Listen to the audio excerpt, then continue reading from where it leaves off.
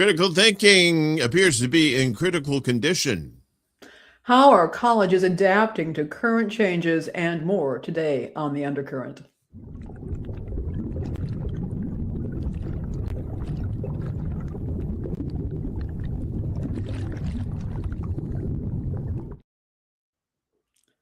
Greetings and salutations. And just check the map. Iran is still there. We're still here. And we're still here. Yeah. Unless we're podcasting in the afterlife. I don't know. There could be a dead man switch for YouTubers, you know. You think they give us better equipment in the afterlife? They're even cheap in the afterlife. What is this? All right, sorry. I'm all right. I'm over it. Oh, wait. You can't be on here. This is serious time. My little friend here, he only comes out for playtime. So when it gets serious, he gets scared. I like your little friend. He gets scared, or she gets, I don't know. I haven't checked under the hood, but they get scared, and they have to look at me whenever I'm telling bad news. So that's why they have to look at me. Because they look out there, they'll start single tear, and we can't have that. No, we can't. We got enough emotional people on this show as it is. Never. No emotional people on this show ever. we don't need one more. You little bastard. Nah, you're cute. It's okay. Yeah, today's April 8th, a week after April 1st. I totally forgot last Wednesday was April 1st. It was probably all for the best that didn't happen, because honestly, this is not we've got enough fools running around, and we don't need to thoroughly scare our viewership. And we've been fooled enough. We have. And as the Who said, and we won't be fooled again. Or as George Bush said, he can't be fooled. Fool me once, but can't get fooled again. You're gonna use a cool lyric from the Who, and then you're gonna butcher it like that. I don't listen to the Who. I listen to banjos and squirrels playing on harmonicas. That's my favorite music. That's George Bush's favorite music. You know, it's out there, and there's no reason to bring it back. Let's just let it keep sailing, keep going towards the horizon, buddy. We have some people here. We got some people in here. That was a scary Easter rabbit. Yeah. Oh, the scary Easter rabbit. Yeah, that was. Max and Chuck. We got CBC voter in the house too. What's going on, y'all? Good to see y'all. Buddy, and again, we're all here. We're all still alive. I was just kind of surreal yesterday, walking around and like, okay, do I make decisions? What kind of decisions do I make? I don't mean to be that guy, but I knew he was going to back down. I hoped he would. I hoped that somebody was going to back down. Well, I mean, it ain't like the president can open the briefcase and push buttons and then there come the nukes. It takes a significant series of steps to actually nuke somebody. Whereas back in the 40s, they just drop it out of a plane. Nowadays, it's a lot more sophisticated, and you have to jump through. Don't you have to still have the two people with the keys? I believe so. Yeah, and they have to be able to force each other, and there are things that they have to do. And yeah, that may be the case, but we've seen that this administration does not. In fact, most administrations, meet the new boss same as the old boss. That they may have their own processes. And also the thing that I'm concerned about and remain concerned about is terrorism. It's okay, something really nasty happens over there. Nobody really wants to blow the planet up, but that's not going to stop very nasty things happening from happening. Yeah, I mean, if you hang on a second. Mm-hmm. If you get the right stuff in the wrong hands, yeah. I mean, that could totally happen, and that's why we don't need clowns running around when we own nukes or big bombs and stuff like that. So, but good news, if you're into good news these days, and I know it's a rarity, but we have some good news for you. So they're not going to blow Iran to kingdom come just yet. Yeah, I got things. Where's my thing? Riptide. Woo! Get your trunks on. Let's go. Oh, yeah. U.S. and Iran reached temporary truce, not a ceasefire. Something different. Because Iran said no to your ceasefires. So U.S. Iran reached temporary truce as Trump accepts Tehran's 10-point plan as basis for talks. I love how Trump does like these 10, 15, 20-point plans, and nobody gives a damn about it. But then the Iran says, well, here's our 10-point plan. They're like, oh, thank God. Somebody with brains. Thank you. Iran and the U.S. agreed to a 2-week ceasefire. Today, after Trump accepted a 10-point plan from Tehran as a basis for further negotiations. Round of negotiations in Islamabad, Pakistan has been planned for this coming Friday. Live at the Civic Center, the USA versus Iran in a cage match for the ages. Tickets on sale now at all. Sorry.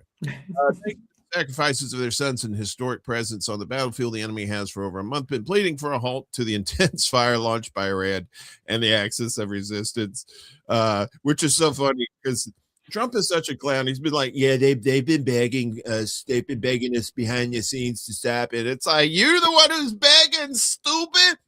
You so stupid, Poppy. You're the one who's begging. You stupid. Wow.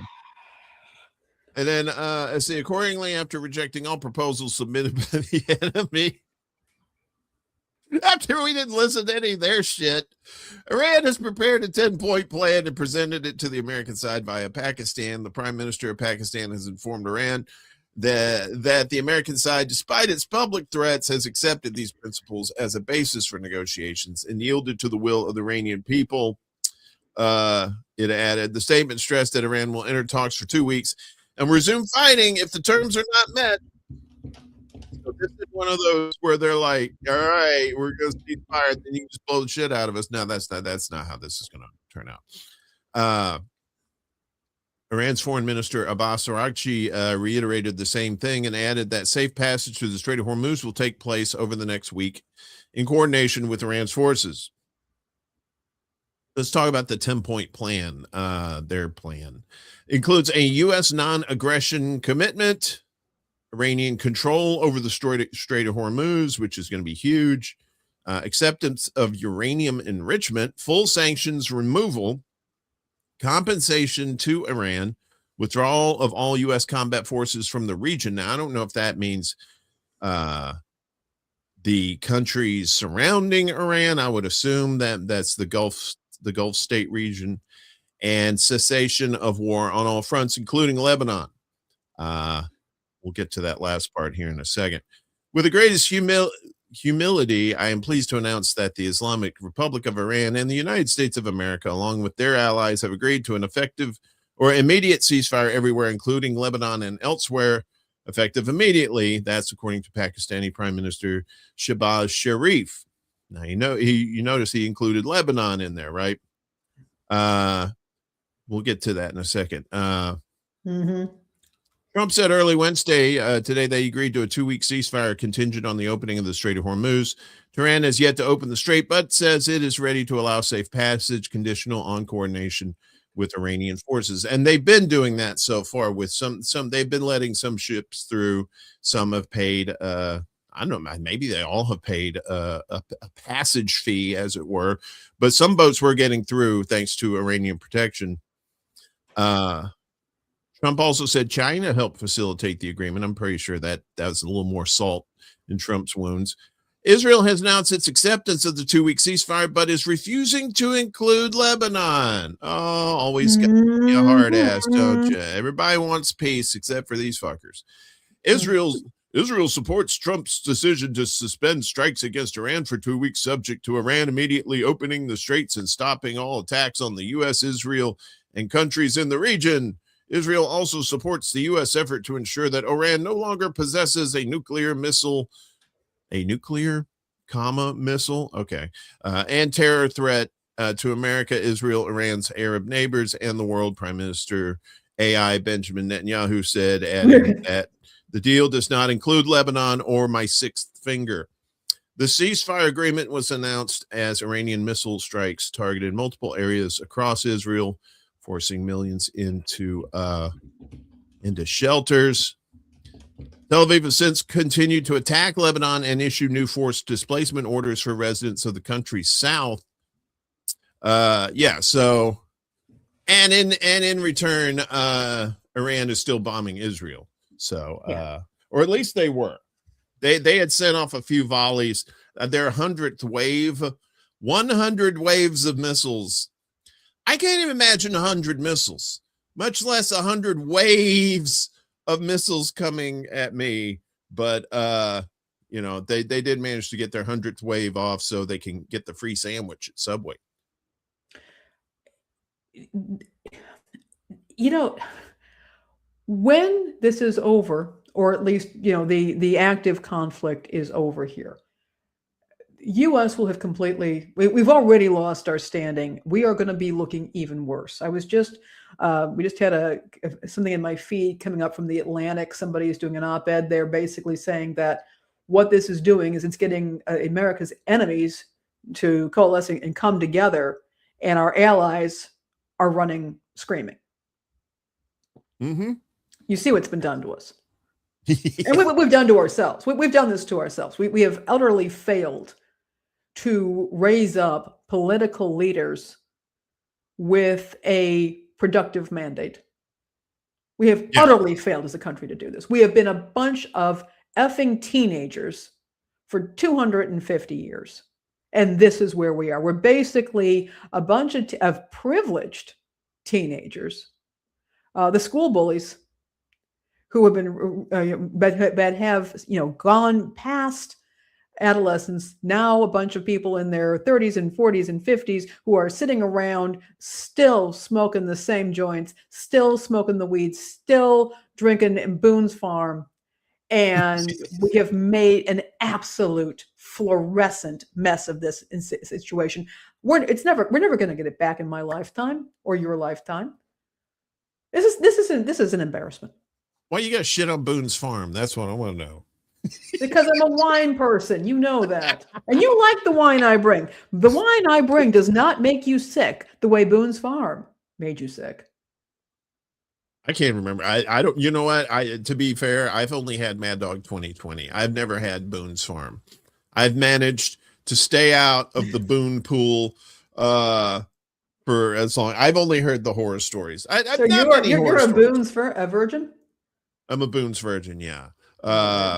Everclear too. I want nothing to do with that shit. Yeah. But you were right. It was like so when Trump was like trying to bomb his way out of the Strait of Hormuz and wasn't happening, he was like looking at Europe and NATO saying, hey, you got a stake in this too. Don't you want to come help? And they're like, nah, we good. Oh man, we're gonna have to do a poll in here about rot gut. Oh boy, that may have to be a whole show about rot gut. I mean, that actually we could do maybe a secret show. We can talk rot gut, and then I can offer my wine recommendations. Think about it. I don't know. You might want to keep that show a secret for real. Because the people be like, Boone's, Mad Dog, what is this? and then they end up looking like this. Dun dun dun. I always have a skull on hand just in case there's comedy afoot, which usually on my end that's a rarity. Yeah. So the UN, EU, NATO, they were like, nah, we're good. And then now the UN, they wanted to do a resolution protecting the Hormuz Strait. And China and Russia said, oh, you guys like vetoes? How you like these vetoes? China and Russia veto UN resolution on protecting Hormuz shipping. This may have had something to do with hello, talking person. This may have had something to do with Trumpy's decision to discuss the 2-week option because China and Russia said, all right, we got to put our foot down here. So China and Russia on Tuesday, that would be yesterday, voted on a UN resolution encouraging states to coordinate efforts to protect commercial shipping in the Strait of Hormuz, calling the measure biased against Iran, while Washington's ambassador to the world body called on responsible nations to join the U.S. in securing the waterway. Come on, y'all. You don't want these Iranians who are kicking our ass to run this stuff, do you? The 15-member Security Council voted 11 in favor of the resolution presented by Bahrain, with 2 against China and Russia and 2 abstentions. Trump threatened that a whole civilization will die tonight as Iran showed no sign of accepting his ultimatum to open the Strait of Hormuz by Tuesday evening. I want to see. I'd love to be in that Iranian like leadership room or wherever, and they're saying a whole civilization will die tonight, and they're just looking at each other like, "This guy's serious." Oh no! Don't! You had all this time to destroy us, and yet you didn't.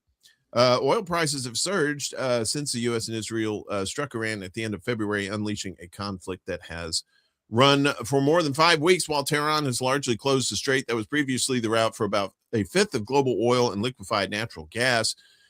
The draft resolution has not been adopted owing to the negative vote of a permanent member of the council, Bahrain's foreign minister, Abdulatif bin Rashid Al Zayani said.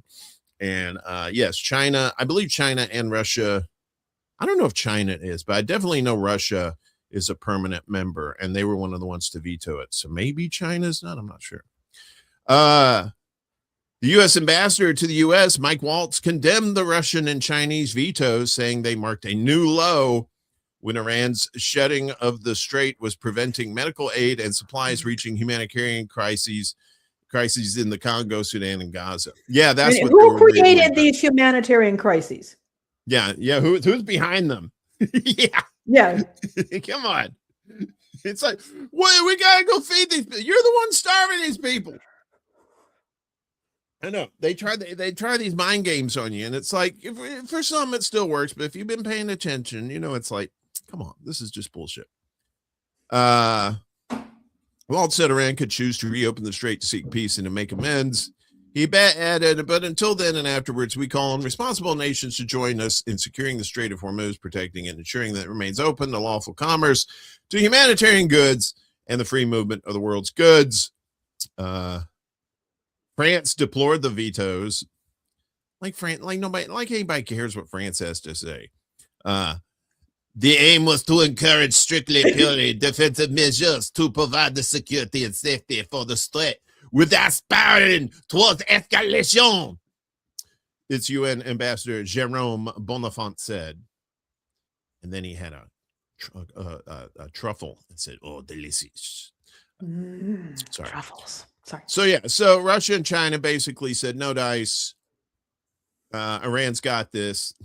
And I think that's what it is. It's like they saw like Iran has got control of the situation. Why would a toothless UN resolution anyway do anything to stop them? They're still going to bomb whoever tries to keep them from controlling the strait. And they've got the missiles to do it. They've got the territory to do it. And I think the United States knows this. I think Israel knows this. I think a lot of countries know this, and they're like, well, we're not going to have our boats blown up over something that we can avoid. And now you have this 10-point plan by Iran that basically, I guess, Trump's going to go along with for now until he does some because, they do ceasefires in the past, and they've done this sneaky stuff where they're secretly planning to bombs away. So, this is all just a crapshoot at this point. And especially when you got a wild card like Trump, not knowing what the hell he's going to do. Who knows where this is going to end up? That is for sure.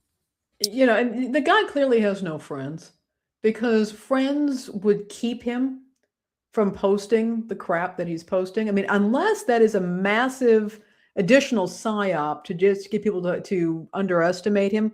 But the potential for blowback on that is so incredible. This man has no friends. No. But at the end of all this, nobody in the United States will have no friends. No. I think it's not like it used to be where America was like closed off from the rest of the world. Like, you remember like hearing back in the 70s and stuff like that, how American styles and dances and stuff would end up like becoming popular in Japan, Oh like yeah, very much 10, so. 20 years later, Yeah. something like that. But that was all before the internet. Now you got the internet. Now you Yeah, got and we're just as Pocket. You got influenced by K-pop. K-pop is so huge here and that sort of thing. But I remember there was also, for what it's worth, there was a period of time where American gospel music was incredibly popular in Japan. Japan is, I think, something like 4% Christian. They don't have a lot of Christians there, but they loved American gospel music, and they would have, church, gospel choirs. They had some from Chicago and from all over the place that would be invited to tour in Japan, and the Japanese loved it. And of course, one of the greatest live albums of all time, Cheap Trick, live at Budokan, yeah. came out of that period. But I'm just going into my happy place right now because I don't Well, have the anywhere else point to of go. all that was that now, I mean, I don't, it's like we said earlier, like I don't think people will see Americans as a group anymore, as like one big, like, overweight person on a Walmart scooter with a 50-gallon thing of Coke. I mean, they know enough about Americans that they know there's political division in this country, just like there is in everywhere else. That they know that there are conservatives, they know that there are the corporate liberals, and they know there's like left wing and right wing, and so they know. I maybe people who are just kind of like not really who don't really think that much would probably say, oh yeah, all these Americans are alike, just like we would say, or some people in this country would say, oh, all those people in Russia are alike, or all those people in Iran are alike, or all those people, it's like, you don't know unless you've been there, unless you've lived there, you don't know how the group is. So there may be hope for Americans if we come out of this right, but I don't I think think we we're going to come do. out And of this. if the best of us can figure out how to organize and work together, but I think we've been divided intentionally, but there we are. Right. Well, hopefully, I don't know, maybe Trump came along because we needed a good kick in our ass when it comes to our reputation, that sort of thing. Remember how we were like when we were kids, like America #1, but what's America really #1 in now? Yeah. Incarcerations and military budget. And being assholes. Yeah, we were always good at that. Well, we're always good at being, but we've always done it. I was recently, I'm part of a club, and we have a monthly pub quiz that we do on Zoom. And there was a member of the club who was known for being somewhat anti-American, and he comes in immediately and he's talking about Americans, they're all racist and this and that. And I can't really disagree with it. A bunch of racist rednecks and everything. So I was asked what the name of my team was when we were getting up the game started. I said, well, I guess the Rednecks. Ned and I are the Rednecks, and he laughed, went along with it. But it's just yeah. I mean that's where we're at, and he and I we became friends on Facebook, and we're cool. But I can also understand that if the rest of the world feels that we are jeopardizing the rest of the world, that they're going to get a little annoyed. And why can't we just say maybe we are not a government by the people for the people anymore? That America has lost its mission, its mandate, its reason for being, and that maybe it's up to us to get it back. Just a thought. We'll see. Fingers crossed on that. But, it's I think things are probably going to get worse before they get better. And I think you're actually seeing end stage of empire here in the United States. Maybe it may not be the very end, but it's definitely the beginning of the end. For sure, especially with our rep being just tossed around like that. And there's no serious candidates coming up in either party that's going to make the America look any better.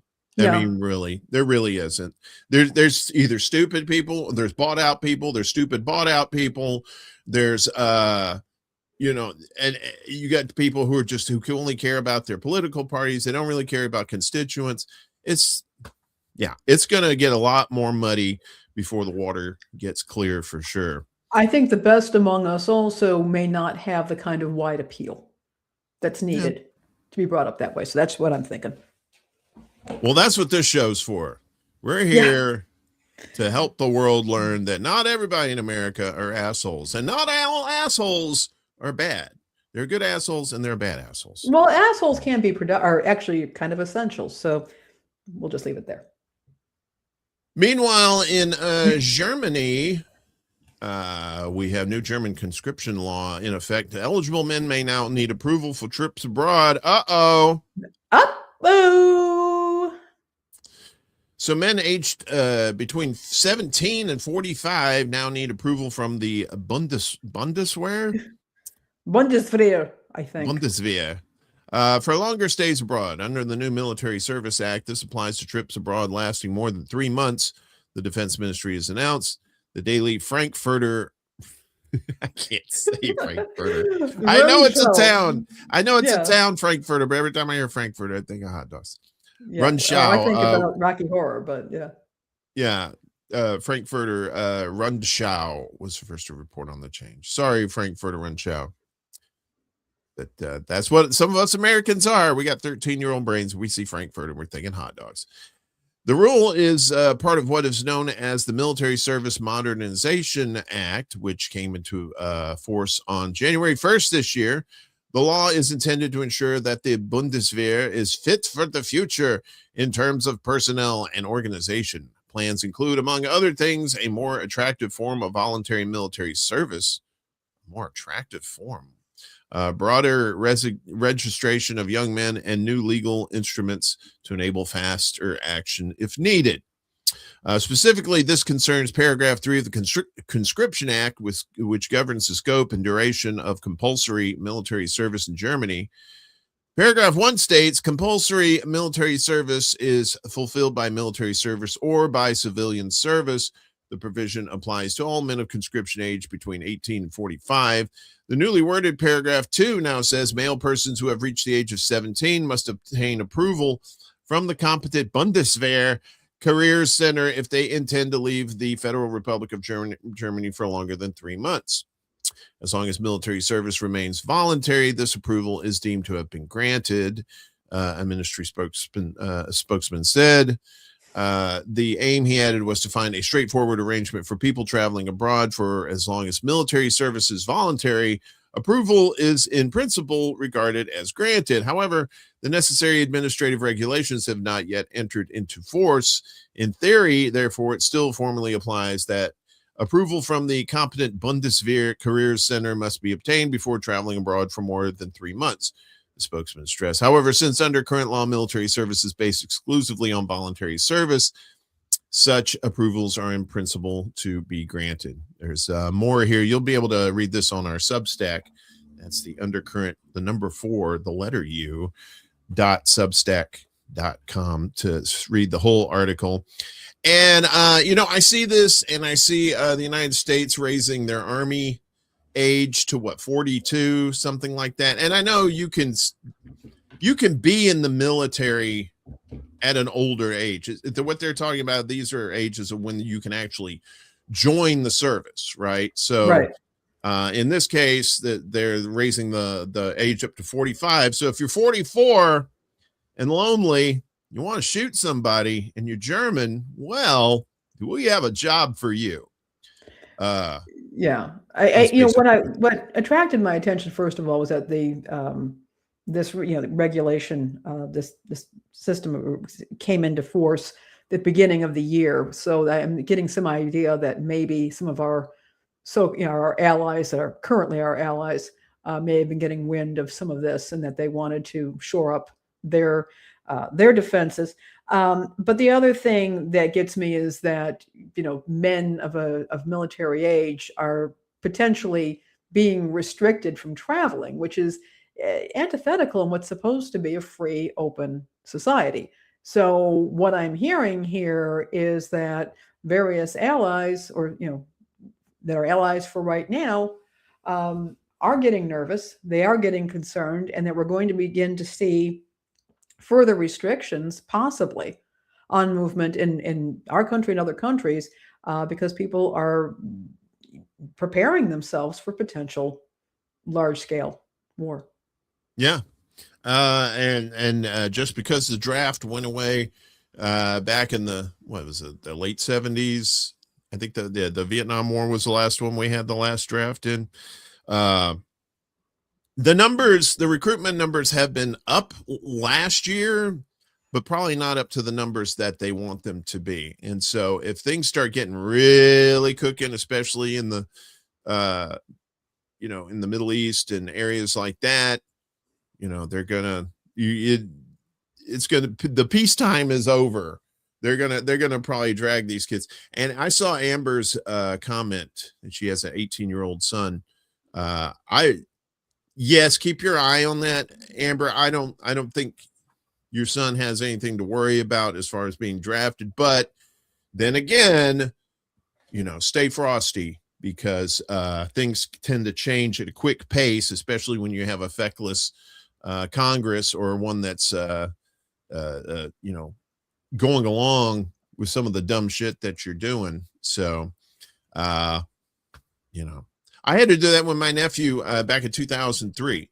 He was thinking about going into the Army. This was when we were what was it? We'd just gone into Afghanistan. Now we were about to go on Iraq. I said, no, don't do it, man. He said, yeah, that money sounds good, but those people are going to lie to you, and you're going to end up somewhere killing people that you don't want to kill, and it's going to fuck your head up. And so he didn't do it. He didn't join the military, thank goodness. I'm assuming it was other factors besides his uncle saying he'd kick his ass if he did it, but I like to think that had a big part of it. But that's the thing. It's like, how far is this country and its allies going to go for empire? Yeah. And something exactly that we're not benefiting from. We're simply not benefiting from a lot of this. We're suffering for it, but we're not benefiting. When they have these commercials and stuff, like the flag commercials, we make our flags in America. Well, who gives a shit? I mean, it's okay, but this is all just like propaganda type stuff. And these recruiters lie to these kids on the regular about what's going to happen to them, what they're going to get, and all this kind of stuff. And it ain't just me saying that. These are like other recruits who have said that. There's videos out there of people in boot camp passing the phone around, recording what their recruiter said to them. Oh, yeah, remember your recruiter said you was going to see the world? Yeah, the world being the bottom of a boat in Iran. Not exactly where I wanted to go, but, yeah, just I wouldn't worry about the draft right now, but I would say stay frosty and keep on these people's asses, because that's the last thing we need is for our kids to get thrown into this. And by I mean our kids, I mean y'all's kids, because I'm just the uncle. I ain't nobody's daddy. Yeah. And it ain't just that. There's also our food prices are going up, right? Mm-hmm. And now, there needs to be a line drawn there too with the food, right? Found this story. It's an interesting one.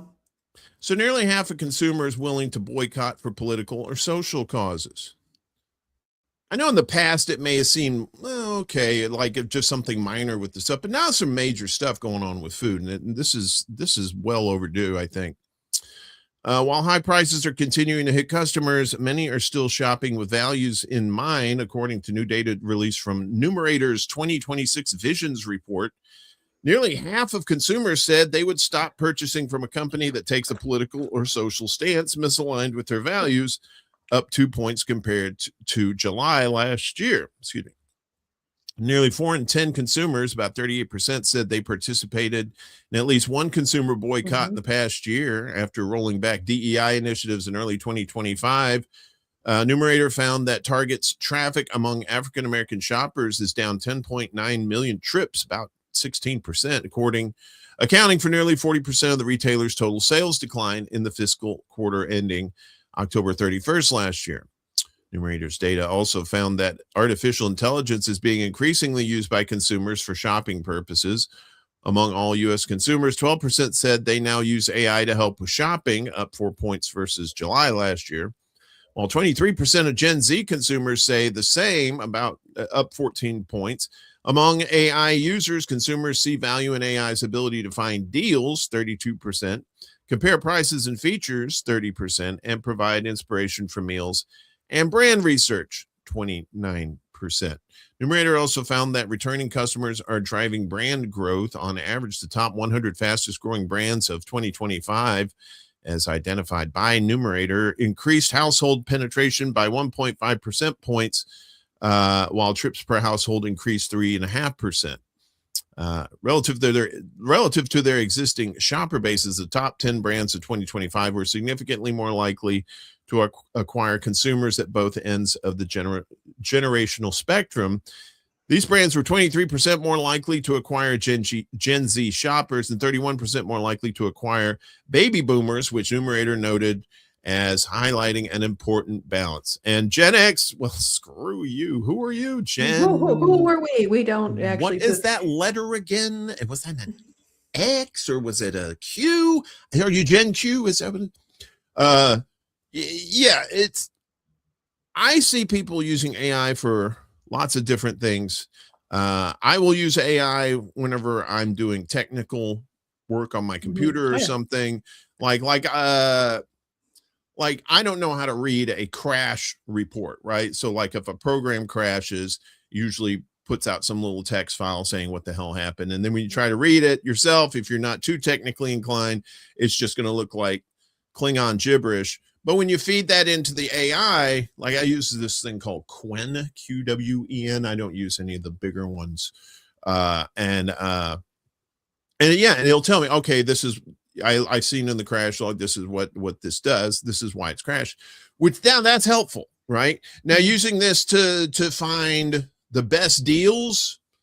Yeah, AI sucks, but if it's helping you save money, people are looking for that. And one of the things that I'm really concerned about is that, I think I've mentioned this on the show as well, that a lot of retailers are pushing people to shop online, either through their mobile devices or directly on their computers. They don't necessarily want people in their stores, and they want to be able to collect as much data as possible, which is easy to do when you have the loyalty programs, the coupons. You don't get coupons in the mail anymore. Sometimes you'll find them in the newspapers, but it's very limited. It's not like it used to be. The coupons are embedded in various loyalty programs that are on your phone or on a loyalty card. So they're tracking all of your data, and they're making it harder and harder for people to effectively shop in stores. And the same thing like with the digital price labels. And they have some good uses, but one thing that can happen is if the prices change during the day or during the week, you may not be able to get the best deal. If you shop online, you can sometimes lock in that best deal. So that's happening. What I found also very interesting is that 1 in 4 consumers have participated in boycotts, boycotts of retail. And we know Target is having a real tough time right now. And I mean, I like Target. I've shopped there, but when they did the DEI, when they dropped it because of the administration saying we want this dropped, they lost a significant number of customers and dollars. And so for me, the encouraging thing about this study is that it does suggest that people are willing to participate in boycotts. What it has to happen is it has to be better organized. We have to do a much better job of sending a message, having a clear message, letting people know what their alternatives are. When people were trying to do the general strike at the end of January, who on earth came up with that? That was just plain dumb. Because you had at the end of January, people are broke in January. And they had it as the end of January when rent is due. And it didn't work. But people are willing. 1 in 4 people has indicated, they are willing to participate in a boycott or some kind of collective action. What has to happen is we need to have the leadership to come in and get these things organized to make it easier for the consumers to do so, and to really send that message. Hey, you do this, we're going to do this. It's out there. Somebody just has to organize it. Yeah. And again, it's like, we were talking about before, you have more access to information about products and companies now than you did in the past, right? Used to in the past, you had to rely on whistleblowers alone to tell you that stuff was wrong. or maybe the company itself would do a self recall if they found something wrong with something, obviously, so they wouldn't get bad PR or something like that. But yeah, you're saying it's not where it needs to be yet, but the like was it B is it BD boycott, divest, and is it Um, BDS? Yeah, yeah, disinvest is boycott. divest and something else. I can't remember. Yeah, But that wasn't working for the longest time. The boycott Israel yeah. program. It wasn't working for the longest time because we were like, well, why? Why would we do this? You know, there seemed like Sanction. but Thank you, Chuck. now sanction, thank you.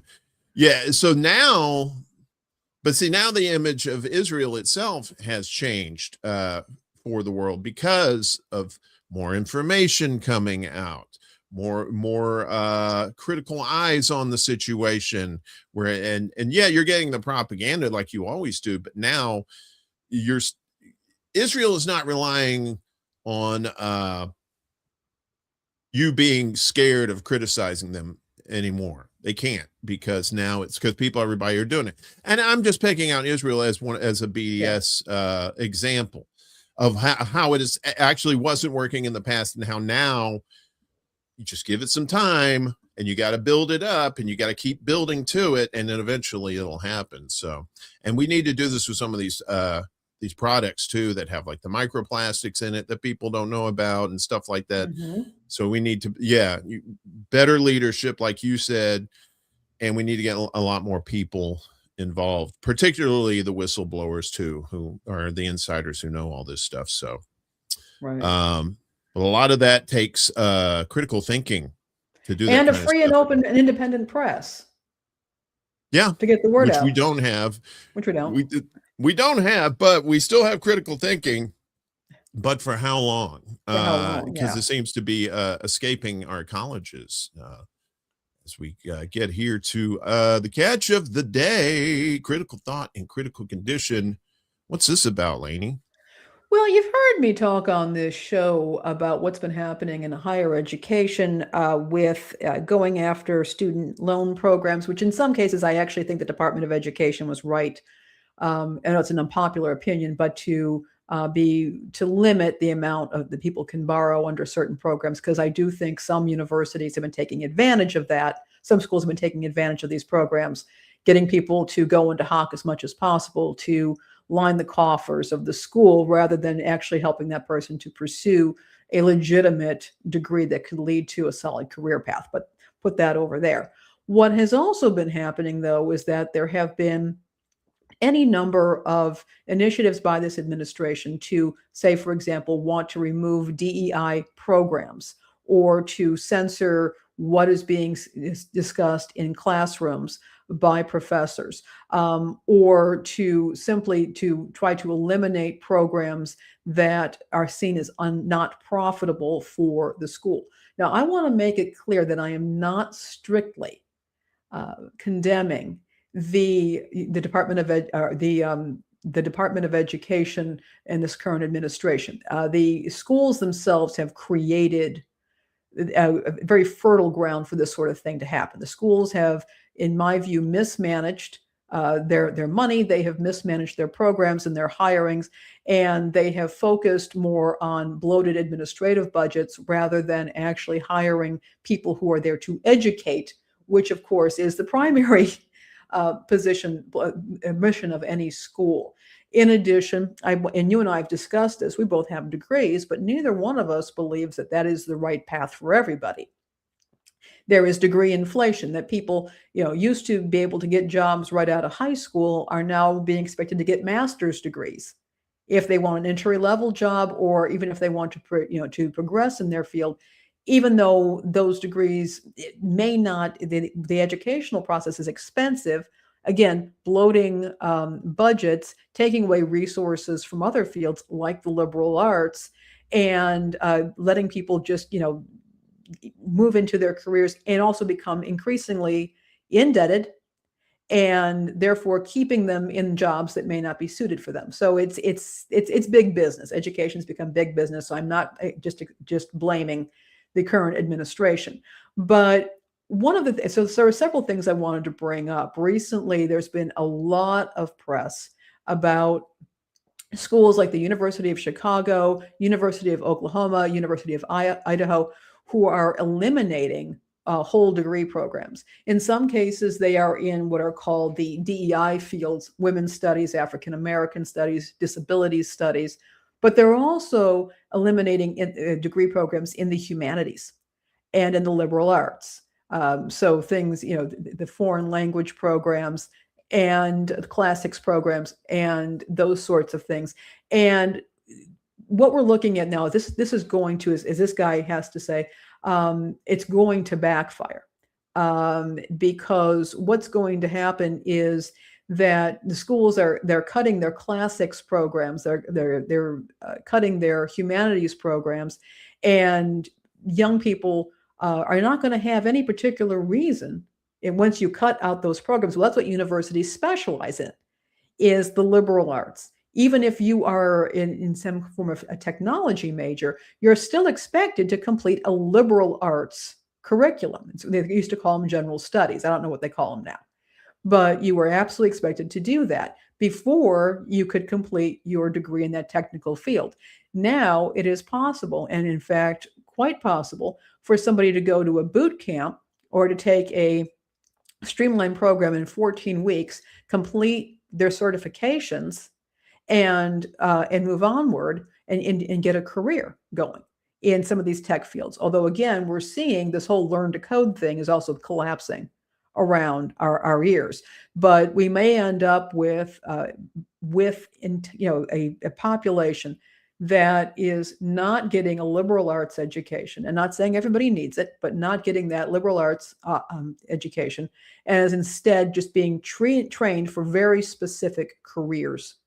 And then when that career industry that falls or gets bloated and congested, they move on to something else without a solid basis in the liberal arts. Now, again, not everybody wants to do that, but there is some real evidence pointing to the fact that the liberal arts are absolutely critical for people having career success. And a couple of things that have been acknowledged. Let me just pull this up here. I'm going to try and I apologize if you want to go ahead and check out our Substack. We have a lot of stats and a lot of information in there about how employers regard liberal arts graduates. And one thing that has consistently been happening, it's been happening since I was in school, is that liberal arts graduates, people with degrees in philosophy, for example, things that are sometimes derided as being useless degrees, they're actually, they start slower. They start their career at a lower level, making less money, but that increases significantly over time. And this is also happening. We're also finding that employers and that can still absolutely believe that when somebody has strong foundational competencies, they are better able to pivot and learn new skills and learn new careers. In addition, it has been found that employers are saying, look, we need people who are capable of functioning in the workforce. They need to be able to work well with others, to communicate and to argue, to debate, and do so in a civil manner. That's what is supposed to happen in the academic environment. You are in your philosophy class, and I remember we would go back and forth. Now, we were polite. We tried to be. We would be in English class. We would discuss and we would interpret and we would go back and forth. But that gave us skills that we would need as we matured, as we moved into our careers. Again, the ability to write clearly, to think clearly. This is what you're trained for when you're getting that liberal arts education. Again, not everybody needs it, but it's a very important tool for many people who are moving into that workforce. Another thing that I found extremely disturbing is that a number of foreign language programs are being eliminated. And there is a real problem with that, because it means that people who are attempting to who are moving into careers where they're working with international audiences, they may be working in translation, in education, they may be working within different cultures. Lacking those language skills can create an enormous problem. In fact, I think there was one survey that I found that showed 9 out of 10 employers surveyed said that foreign language skills were incredibly important within their business. So to see that some of these schools are cutting out these programs, making them unavailable to students, is incredibly disturbing. Particularly since some of these are state universities that are supposed to be more accessible to people of more modest means. And what this could mean is that the degrees in the classics or in ancient languages or in the arts suddenly are only going to be available to those of incredible privilege. And we don't need that. That's not good. It's not good for anybody at this point. Now, what is encouraging is that I'm seeing that some schools are rethinking this. University of Oklahoma apparently has, while it eliminated some programs, they're also looking at restructuring their bachelor degree programs and making them into 3-year programs. By the way, 3 years is standard in Britain for a bachelor's degree. It's standard in many European countries as well, other countries. We have this 4-year degree program. People are in school a lot longer in the U.S. for higher education, actually even with high school, than they are in other countries. I want to say in Britain, for example, they go to what we might call high school for about 3 years, and then then they go on to university, which could be 3 years. If you're going to become a doctor, that's 6 years. You do that in one fell swoop. You're not doing what we do here: 4 years of high school, 4 years of university or college education, and 4 years of med school. They condense that. People are in the workforce sooner if they decide to change their mind. They're younger when they decide to change their mind, so they can pivot to something else. They're earning more money. They're getting more experience. And if we could maybe look at that like the University of Oklahoma to make things more accessible, I think that would be a really good option. But I think it's going to require alumni, particularly those of liberal arts colleges, as well as employers, to say, hey, when we sacrifice the liberal arts, or when we tell people that your alternative is to go in these very narrow certificate programs, those people are going to be missing out. And that should not be encouraged in our government. And I think that some of these universities are doing this in part because they're falling apart financially. They're also very concerned with meeting the needs, doing what this administration wants, because they're afraid of losing those student aid dollars. But they should never have put themselves in that position to begin with. This is the years of mismanagement. Those birds are coming home to roost. So there's plenty of blame to be spread around here. And the people who are suffering for it and who are going to be suffering from it are students, workers, and eventually the employers themselves.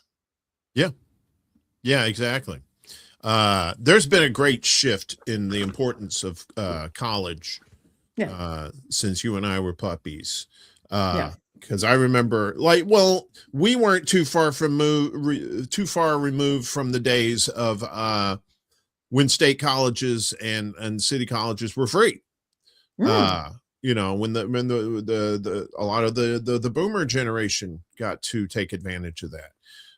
And I'm not doing class, like warfare between the eras. I'm just saying that there was a sweet spot there for the longest time, where you had a job that actually paid you enough to rent or even buy a house, to pay for your college education, to have all that in one lump thing.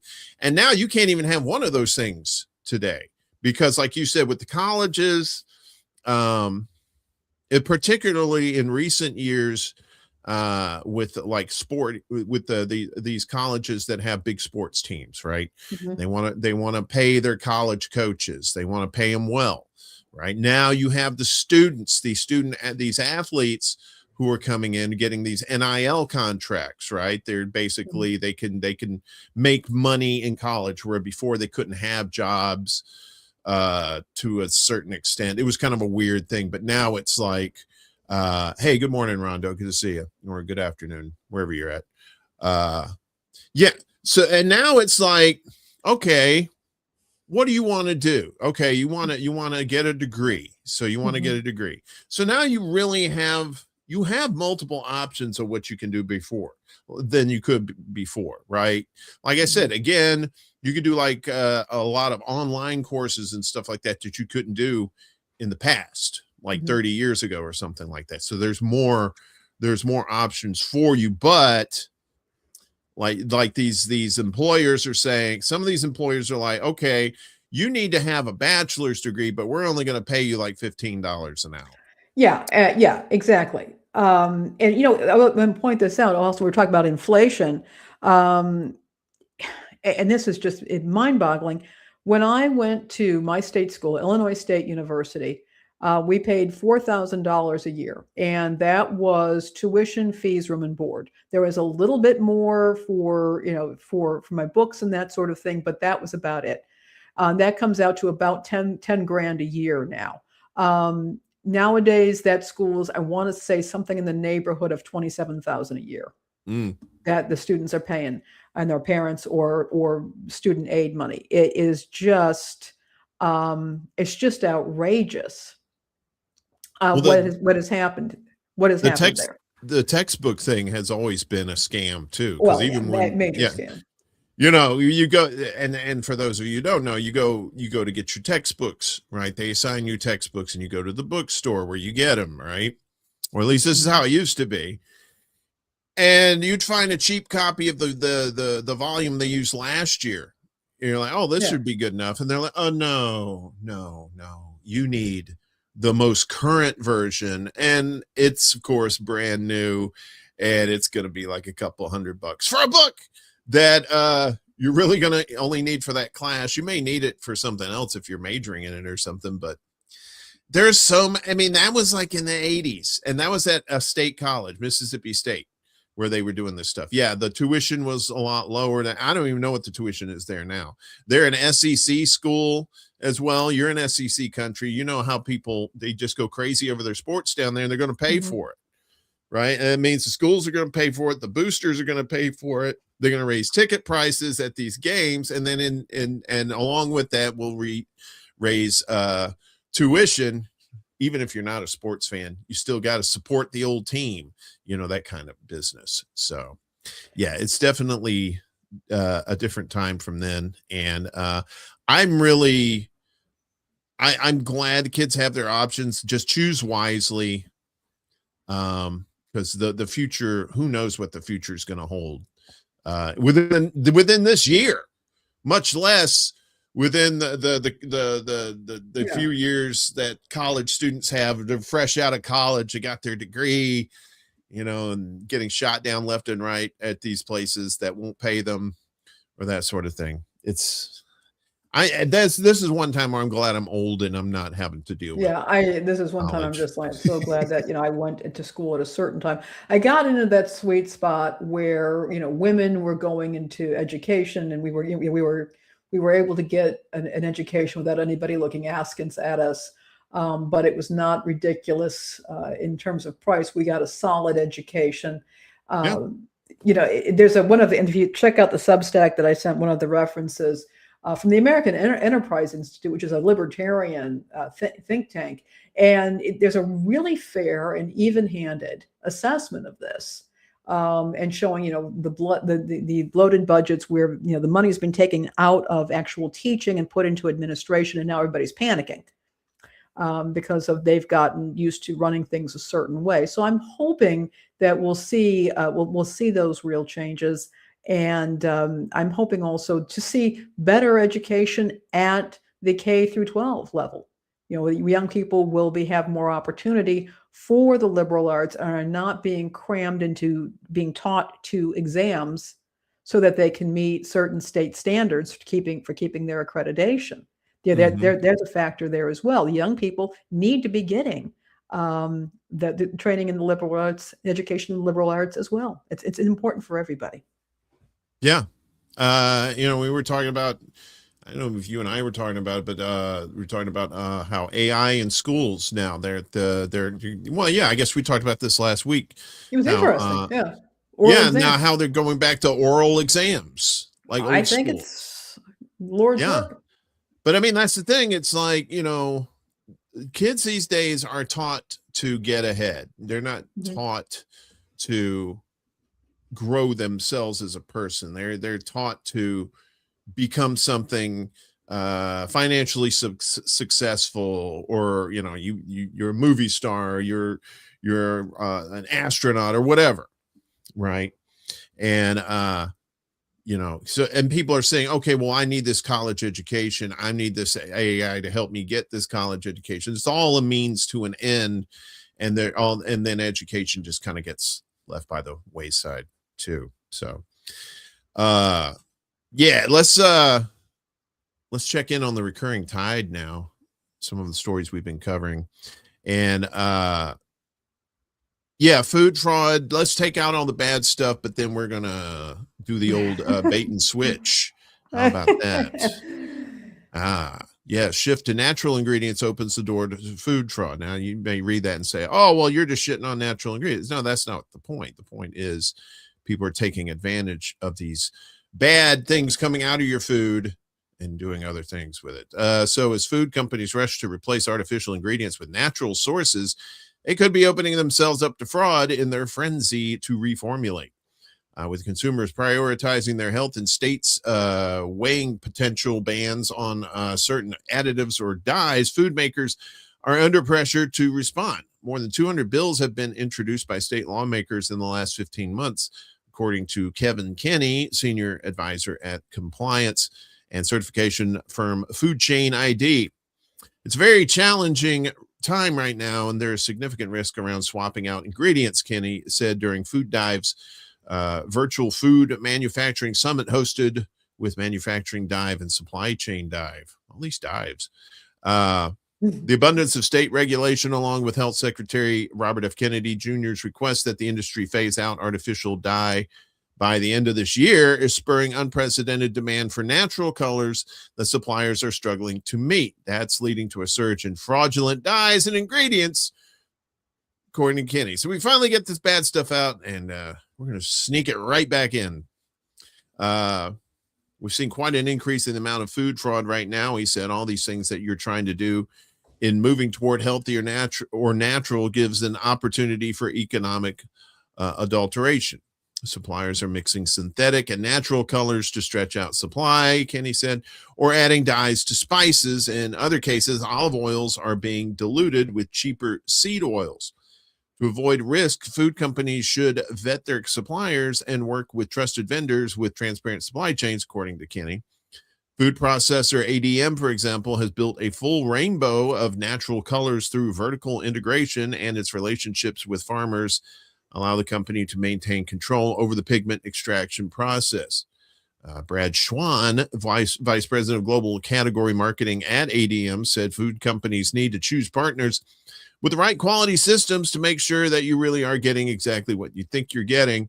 Reformulation is a big deal. It's not going away, Schwann said, and working with those trusted suppliers that can deliver the kind of quality, reliability, a supply that you need to keep your business running.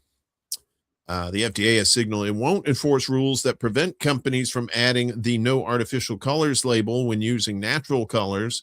While this could result in less regulatory scrutiny when natural color fraud takes place, manufacturers are still open to litigation risk, according to Kenny. A lawsuit filed last fall, for example, alleged that Continental Mills mislabeled their cinnamon swirl quick bread mix with the label no artificial colors, flavors, preservatives, when the product contains silicon dioxide. Well, that's natural, which the consumers claimed is an artificial preservative. Oh, it's not natural. Okay. Yeah. That's all natural. We got it doesn't say natural in here though. It says no artificial colors, flavors, or preservatives, but it didn't say natural either. It's zombie colors and flavors. Even though the FDA is not going to come after you, I can't emphasize enough that doesn't mean that you have safe harbor there, Kenny said. I would be worried about litigation risk. Yeah. And that's they're just it's one scam replaced with another, right? Oh, look, we're getting the stuff out of the food. See, we're doing it. But what are you replacing it with? Stuff. No, seriously. The thing is that the term natural is not defined. It's not a regulated term. So when they're using this language, it's up to the company to decide what it thinks is natural. We've also got this supply chain problem right now. So even if folks, if they want to do this sort of thing and swap out these ingredients, they may not be able to get them or get them easily. And which is also important, is that oftentimes it depends on the food company to decide to determine and to certify whether it's working with ethical ingredient suppliers. And that's not always easy to do, particularly since going overseas right now may not be the smartest thing to do in the world. Yeah. May want to work on your Canadian accent if you do go over there. Because it's like you can wear a fake mustache and go, I am not American, I love poutine. Hockey. Yeah. But I mean, there's always going to be shenanigans as long as there's a buck to be saved, right? Yeah. And that's the whole bottom line of this with the food. Is they're trying to save costs. And so by taking out these artificial flavors and replacing them with something just as sketchy, is you're not really defeating the purpose, but you're probably still saving money. And I think that's all this. It's like musical chairs, and then once the music stops, it basically people are sitting down on the prices and keeping prices low. And they're gonna do it till it's like whack-a-mole, like regulatory whack-a-mole. Boom, I got you here, but then you're gonna pop up over there. Boom, I got you there. And it's just something you constantly gonna have to keep an eye on when it comes to that kind of stuff. Absolutely. And read your labels.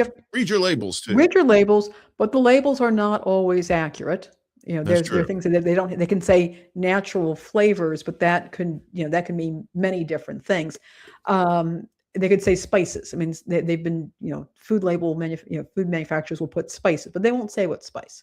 Mm-hmm. And for people who might have allergies or sensitivities or medication interactions or have religious restrictions on what they're eating, that can be an issue as well. So, we were talking earlier, you can, do what you can to research brands and patronize those brands that you can trust, and make it clear to them that you have high expectations. Yeah. I guess that's the bottom line. Let them know that. Thoroughly investigate what you're putting into your body. And like I said, read the labels, but then you can also find probably company information on these labels. You can do your own investigating. I know that seemed like a dirty word during the old panty when you said that, but it's very important to do your own research, because if you rely on some of these places, they're just going to lie to you and try to get more money out of you. So critical thinking, that's the theme of the show today. It should be the theme for everybody. So the Midwest is getting hit here with the food pantry network across the Midwest abruptly shutting down, leaving 300,000 families in the lurch. A Midwest food pantry network that served hundreds of thousands of families has abruptly closed its doors. Ruby's Pantry, which distributed food at 87 locations across Iowa, Minnesota, North Dakota, and Wisconsin, announced yesterday it had immediately ended its operations. The organization helped more than 300,000 families every year, Minnesota Public Radio reports. Over the past several months, we have been thoughtfully realigning the work, structure, and focus of Ruby's Pantry. to ensure our mission remains at the center of everything we do. The organization's statement reads, as part of this process, we have worked to better align community needs with our goal of operating in the most effective and seamless way possible. As a result, we have decided to end the operations of Ruby's Pantry effective immediately. Wait, what? Yeah, I mean, I have many things to say, Uncle Warren, about this, but do go on. I'll say it later on. The public announcement didn't provide specific reasons for the closure, but in another statement by Minnesota Public Radio, the organization explained that the ministry is no longer financially sustainable. The Independent has contacted Ruby's Pantry for comment. The food pantry, which was founded 24 years ago, distributed about 242,000 bundles of food last year and operated with about 17,500 volunteers annually, according to its website. The network allowed families to pay $25 for bundles of groceries and other necessities that could be worth up to $100. Shay Morris, the president and CEO of Second Harvest Northland, a food bank that operates in Minnesota and Wisconsin, said she's concerned about how rising food prices are impacting families. You know, going to the grocery store is more expensive. People ask, how do I feed my family? We've got seniors on fixed incomes, and now we've had more recent SNAP changes, Morris told Minnesota Public Radio. So that's almost creating the perfect storm, along with Ruby's Pantry not being available, that there's going to be a need for more food access. Americans are becoming more worried about the rising cost of food and other necessities. Some 66% of U.S. adults said they're very concerned about the cost of groceries and other consumer goods, according to a Pew Research Center survey in February. The U.S. war with Iran, now in its second month, may drive up grocery prices further. The Middle East region is crucial to the world's supply of nitrogen fertilizer, and disruptions to that supply could lead to higher food prices, according to Forbes. So that is weird why they would shut down a major artery like that to help people. Yeah, what I was reading about, it sounded like that there had been some financial issues for a while, but it also sounded to me like they weren't doing anything publicly to address the issue. And when that press release that they sent out, it's gibberish. Let's put our critical thinking caps on. It said nothing. There was a lot of words to say nothing. Yeah, let's read that again, because it's please do. I was thinking that while I was reading it. I said, this is nothing but a word salad. Yeah, over the past several months, we have been thoughtfully realigning the work structure and focus of Ruby's Pantry, to ensure our mission remains at the center of everything we do. Okay, so that means they're getting their ducks in order, maybe consolidating, maybe something like that. That's what that sounds like to me. Okay, you're redoing the way you structure things. So as part of this process, we have worked to better align community needs with our goal of operating in the most effective and seamless way possible. As a result, we have decided to end the operations. So if you're working to better align community needs with your goal of operating in the most effective and seamless way possible, shutting things down ain't gonna work. There you go, using that liberal arts education that you got there, Uncle Warren. That's that logical, critical thinking that that's no longer things we're going to fashionable. do for you, but in the meantime, we're shutting her down.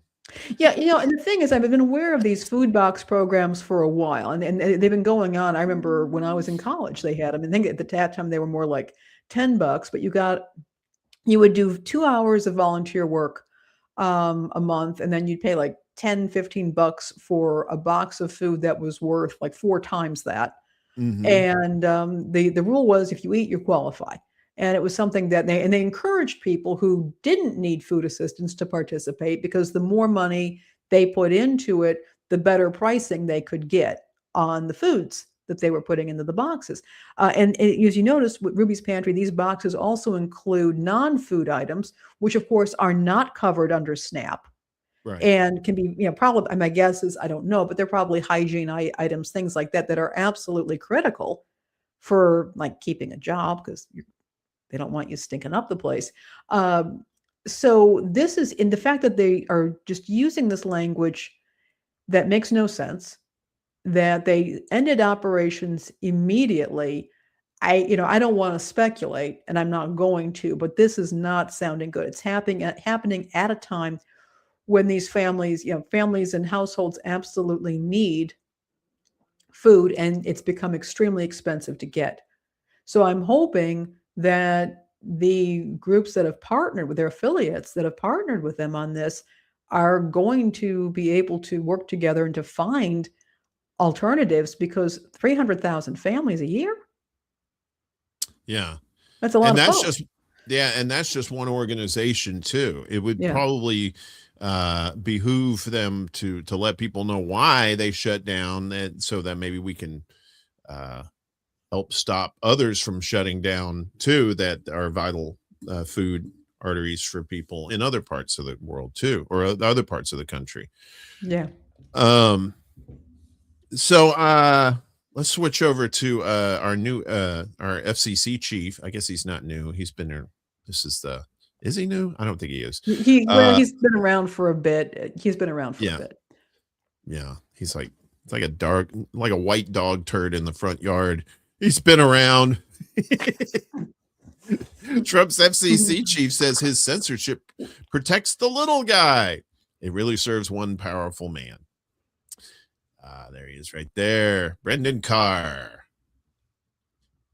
When FCC chair Brendan Carr talks about broadcast licensees serving the public interest, he loves to emphasize localism.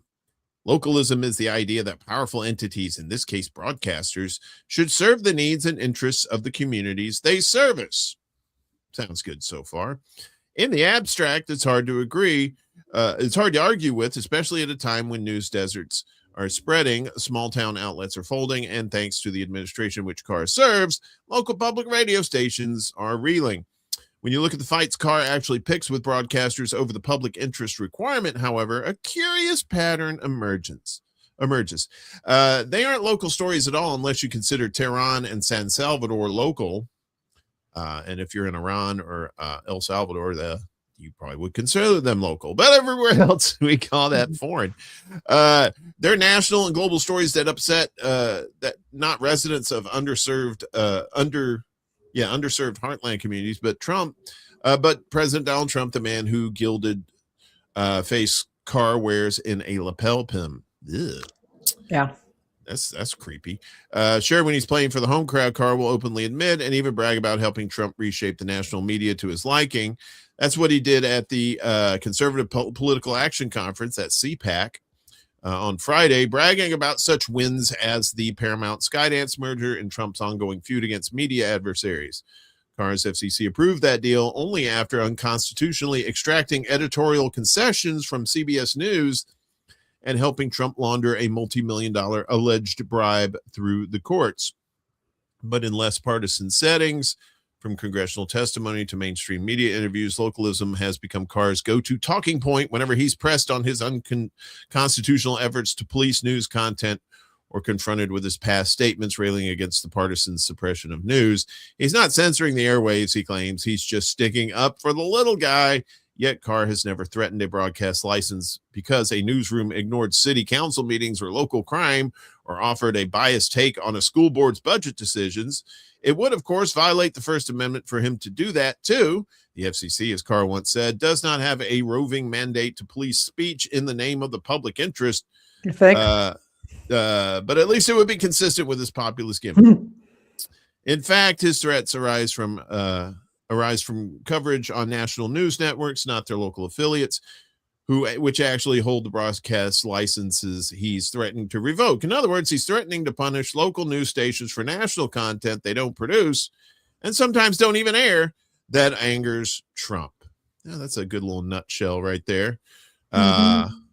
So some of his greatest hits: when Trump complained that news outlets were running fake news about Iranian missile strikes, Carr warned that broadcasters running hoaxes and news distortions would lose their licenses if they didn't correct course. After MSNBC declined to carry a White House briefing on the deportation of Kilmar Abrego Garcia, Carr accused Comcast of ignoring obvious facts of public interest and warned news distortion doesn't cut it. MS Now is not a local outlet. It's a cable station that the FCC doesn't even regulate. Carr investigated KCBS, a San Francisco radio station, leading to rampant self-censorship in fear of retaliation. That might sound local, but the story that drew his ire was about a federal immigration enforcement operation. Yes, that would be ICE. He didn't care if the locals in the Bay Area wanted to know what immigration officers were up to, only that his boss does not want them to know. Carr investigated CBS over the same interview with then Vice President Kamala Harris that Trump sued over, despite experts' virtually unanimous agreement that the claims were frivolous. Then he helped Trump shake down Paramount for the aforementioned palm grease by waiting until 2 days after Trump's settlement check arrived to approve CBS parent Paramount's merger with David Ellis and Skydance. Trump sued the BBC over a documentary about January 6th. Carr wrote to the heads of PBS and NPR demanding transcripts and video of any American broadcast of the program, claiming the British broadcast about events in DC contained news distortion. I love that, news distortion. I guess that's a nicer way of saying fake news. After late night host Jimmy Kimmel commented on the assassination of Charlie Kirk, Carr warned that if ABC and Disney did not take action against Kimmel, the FCC would act.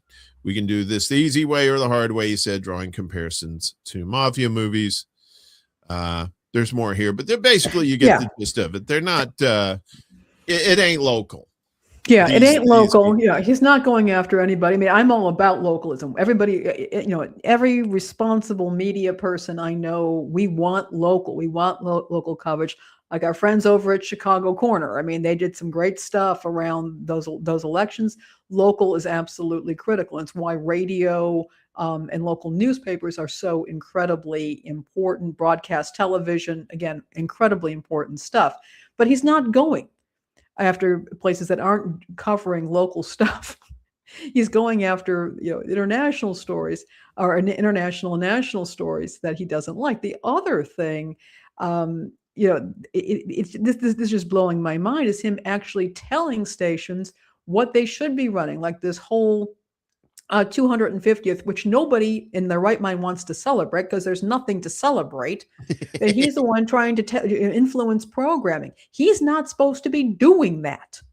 No. He should not be trying to influence programming. He's telling them to play Duke Ellington and George Gershwin and John Philip Sousa. And what the heck, when he came out with that 3 days later, I am listening on the local public station down here in Arkansas, and they're playing John Philip Sousa on the classical program. And it was fine, but it's like, I can't believe it. And I'm sure that the poor people at that station were very concerned and started just played it. I don't know if they were having a laugh or whatnot, but when I tune into the classical music station, I want what's being curated by the DJ, because I know these people are extremely knowledgeable. And to have this in there, I just sat there in my kitchen. I said, what timeline am I in? Yeah. What I think some of these broadcasters, or even on the local level, understand is that they can push back. Yeah. If I was one of these stations, I would make a huge stink about it. I'd be, especially if I ran news on that channel too. Like, look, this is what the FCC is trying to coerce us into playing patriotic music. Yeah. Like we're state media or something. And we're not, Well, but like this was a public station. It's a public station. And so it's relying on donations, and it's not for profit tax status. Who controls that? Yeah. I mean, this is why we need diverse media, because no media organization, including our own little organization here at the Undercurrent, Uncle Warren, there are things, that I can't talk about because of my job. And, everybody is going to be compromised in some way, which is why we need independent and plenty of them media organizations. And that's why it's so critical right now. Well, the good thing is you're starting to see more and more independent media popping up here and there, which is great. Yeah. But at the same time, that's just more opportunity to be skeptical too. Yeah. I should, yeah, I always tell people on my shows, when even on this show here, you should always be skeptical, use your critical thinking skills. And We're check out our providing it. show notes that we Yeah, provide you with. we're providing information to you, and you can make your own decisions about things. But yeah, I mean, that's the thing. It's like if you give in to fear like that, yes, these government entities will take advantage of that. But if you push back, chances are they'll probably just leave you alone. And I don't think some of these places have figured that out yet. So figure it out so you can get these bullies off your back. This is fun, or scary, or both, or neither. Therapy sessions are being used to train AI. So over the past couple of weeks, this is from Matt Stoller. Where's this at? Okay. Over the past couple of weeks, I've gotten outreach from a few therapists who told me how corporate middlemen are entering the profession as platforms. And part of what they're doing is encouraging the recording of therapy sessions to potentially train artificial intelligence models. So I looked into it, and sure enough, it's happening. But how it's happening and why it's happening is only partly a technology story. It is more a story of how Wall Street is attempting to reorganize what has traditionally been an independent therapy profession, albeit one that never offered its services to all those in need. There's also pushback. States are starting to pass some laws that block financialization and widen access. So let's start with what's happening on the AI front, with some attempts to just replace therapists. Millions of people general purpose AI chatbots like ChatGPT for mental health support like functions, despite significant problems. There is something called TheraBot, developed by Dartmouth researchers, and Talkspace is reportedly focusing on building an LLM with its 140 million anonymized patient provider messages, 6.2 million completed psychological assessments, 1.2 million therapist diagnoses, and 4.3 million progress and psychotherapy notes. In a partridge in a pear tree. There's no long-term evidence on products like TheraBot, but these things do get a lot of press. Okay, you can go away. In terms of psychotherapy, chatbots cannot replace humans, though they can supplement existing care. Vale Wright of the American Psychological Association, in testimony on AI, told Congress that the bedrock of therapy is a trusted relationship and clinical judgment. AI doesn't have that and never will have that. And don't never say never. These people are like, oh yeah, well, you want clinical judgment? I'll give you clinical judgment. There are many reasons, such as privacy, conflicts of interest, and so forth, but the main one is functional. General purpose chatbots, when used for therapeutic purposes, just don't do the job. Occasionally, they even tell their users to kill themselves. Yes. I've heard about that too. Yeah. Then there are the therapist assistant products, which are more promising. Danny Fried, CEO of mental health tool provider Blueprint, bragged that his company has taped 12 million minutes of therapy. His goal is to get therapists to open up their four walls and let us listen to the content of a session so his AI tools can function. Blueprint is just one of several AI tools providers to aid therapists. There are two aspects to the service. The first is that Blueprint creates a summary of sessions, which can be used for electronic health records and billing purposes.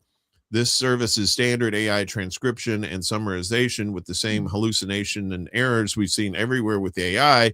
The second is the service can offer prompts for therapists, giving them recommendation on where to take a session in real time. While this kind of tool set might seem creepy, Fried, along with the creators of most mental health tools, claims his company has strict data security standards, right? Until it leaks. Blueprint, he alleges, destroys all audio records shortly after intake, and his argument is that these tools are meant to help therapists, not replace them. That said, therapists themselves, like most people in America, are skeptical of the current commercial landscape. Companies like BetterHelp match patients with therapists, but it has been sued by the FTC, the Federal Trade Commission, for sending data to Google to use for targeted advertising. Oh, BetterHelp, Google. Oh, And there are private equity firms trying to buy group practices, which has generally not worked out well. really? Yeah, kind of like that whole housing thing. Right. Yeah. Yeah. So last month, 2,400 mental health care workers at Kaiser in North California went on a 24-hour strike. They were protesting what they say is an illegal new triage system in their mental health and substance abuse helpline. Instead of having well-trained therapists making judgment calls about people calling in who might be suicidal, now those calls are handled by high school graduates reading off of a script and using a checklist. There's that one right there. Okay. So I've been reassigned from triage to other duties. Ilana Marcucci Morris, a licensed clinical social worker, told NPR, what used to always be a 10 to 15-minute screening from a licensed clinician like myself is now being conducted by unlicensed lay operators following a script or e-visit, so an app is triaging members' care's needs. Kaiser decided to degrade care and jeopardize patient health. The strikers were joined by 23,000 nurses in a similar situation of having to deal with harm to patients due to bad management decisions. But the situation isn't being discussed as an attempt of management to cheapen care. It is instead being framed as a question of whether AI will or should replace therapists.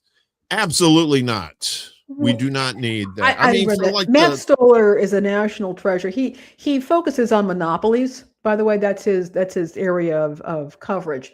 I saw that and I nearly fell right out of my chair. I mean, every week seems to be a new outrage. I'll need a therapist for that. But now I'm concerned I'm going to end up talking to a bot. I remember a while back when one of my hats, I guess, or collars that I wear. I'm clergy, and I remember talking to somebody who was under my pastoral care, and we were chatting online, and he was having some difficulties, and he sounded fine. I mean, he sounded just fine when we were texting back and forth. And then we got on the phone. I said, I want to talk to you. Got on the phone, and again, his speech was measured. He was able to speak clearly, logically. But I noticed listening to him, there was something with his speech at the back of his throat, and it sounded like a strangled cry when he was speaking. Again, he was speaking very logically. I mean, and somebody who maybe didn't know him or wasn't really seriously listening to him would not have caught that. And I said, I'm catching this. I want you to contact the medical service and talk to the mental health team immediately. He did. There was an intervention. He thanked me later on for doing that. And an AI bot can't do that. And I'm not particularly sure somebody who's making $15 an hour going through a quiz and probably has a quota to meet is going to be able to do that as well. You need that human touch. I'm not a mental health professional. I did receive training in pastoral care and counseling at the graduate level when I was in seminary, but I'm not a mental health professional, which is why I wanted him to get in touch with one immediately. But I was able to catch that. And that's something that I'm sure that any good therapist would be able to do. But this is incredibly distressing that they're grabbing this data. They're using information. We know that is not as secure as anybody claims it is. And now that is going into the hands of these big data companies, which could be used to profile people for all kinds of purposes, including determining whether they get health care, whether they get insurance, whether they get a loan, whether they get an education or a job. It goes back to like the cost of healthcare too, right? Mm-hmm. A lot of people they'll ask ChatGPT, they'll put in like symptoms and stuff like that and say, what do I got? And of course, ChatGPT or whatever will say, well, I'm not a doctor. And then the person will come back and say, well, just guesstimate. And that's what people are doing. They're gambling on guesstimating to save some money because they know maybe they're not even insured. So they're trying to get some sort of health care, but avoid having to pay thousands and thousands and thousands of dollars. But then when you talk about like mental health, yeah, exactly. Even though you're talking to a high schooler on the phone, high school with high school education, or somebody that's reading off of a script, basically. If for one thing, you're not helping that person by just reading off a script. And two, if that person knows that they're contacting you and they know you're reading off a script, and they know that you're using AI to help. A lot of times they'll just won't even call, or maybe they'll try something else because they don't trust the healthcare, or they can't afford the healthcare, so they use AI to supplement it. And these these doctors' offices, and if they're using AI to do like some sort of stuff that really they need, like what is it, an accountant for, or when it comes to billing and stuff like that, yeah, a lot of that stuff you can get done through AI.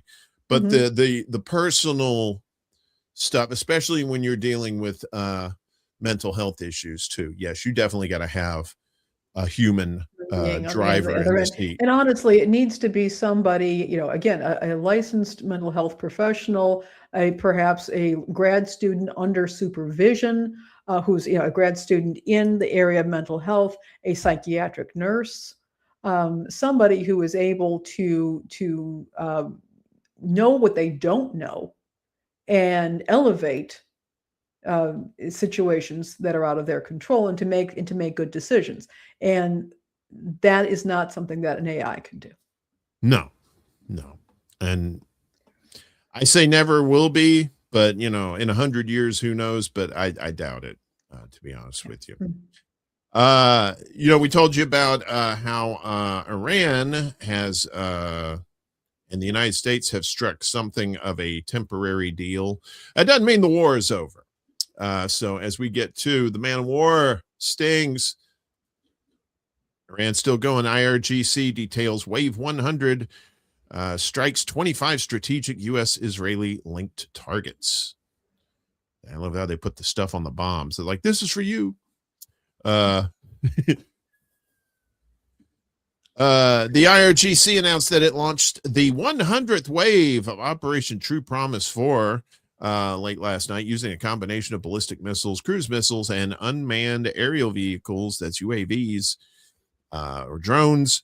The IRGC stated that this wave struck more than 25 strategic enemy targets, including 13 energy complexes and oil transport lines linked to the U.S. and the Israeli entity, as well as 10 military, security, and logistical targets, and several technical targets and enemy infrastructure.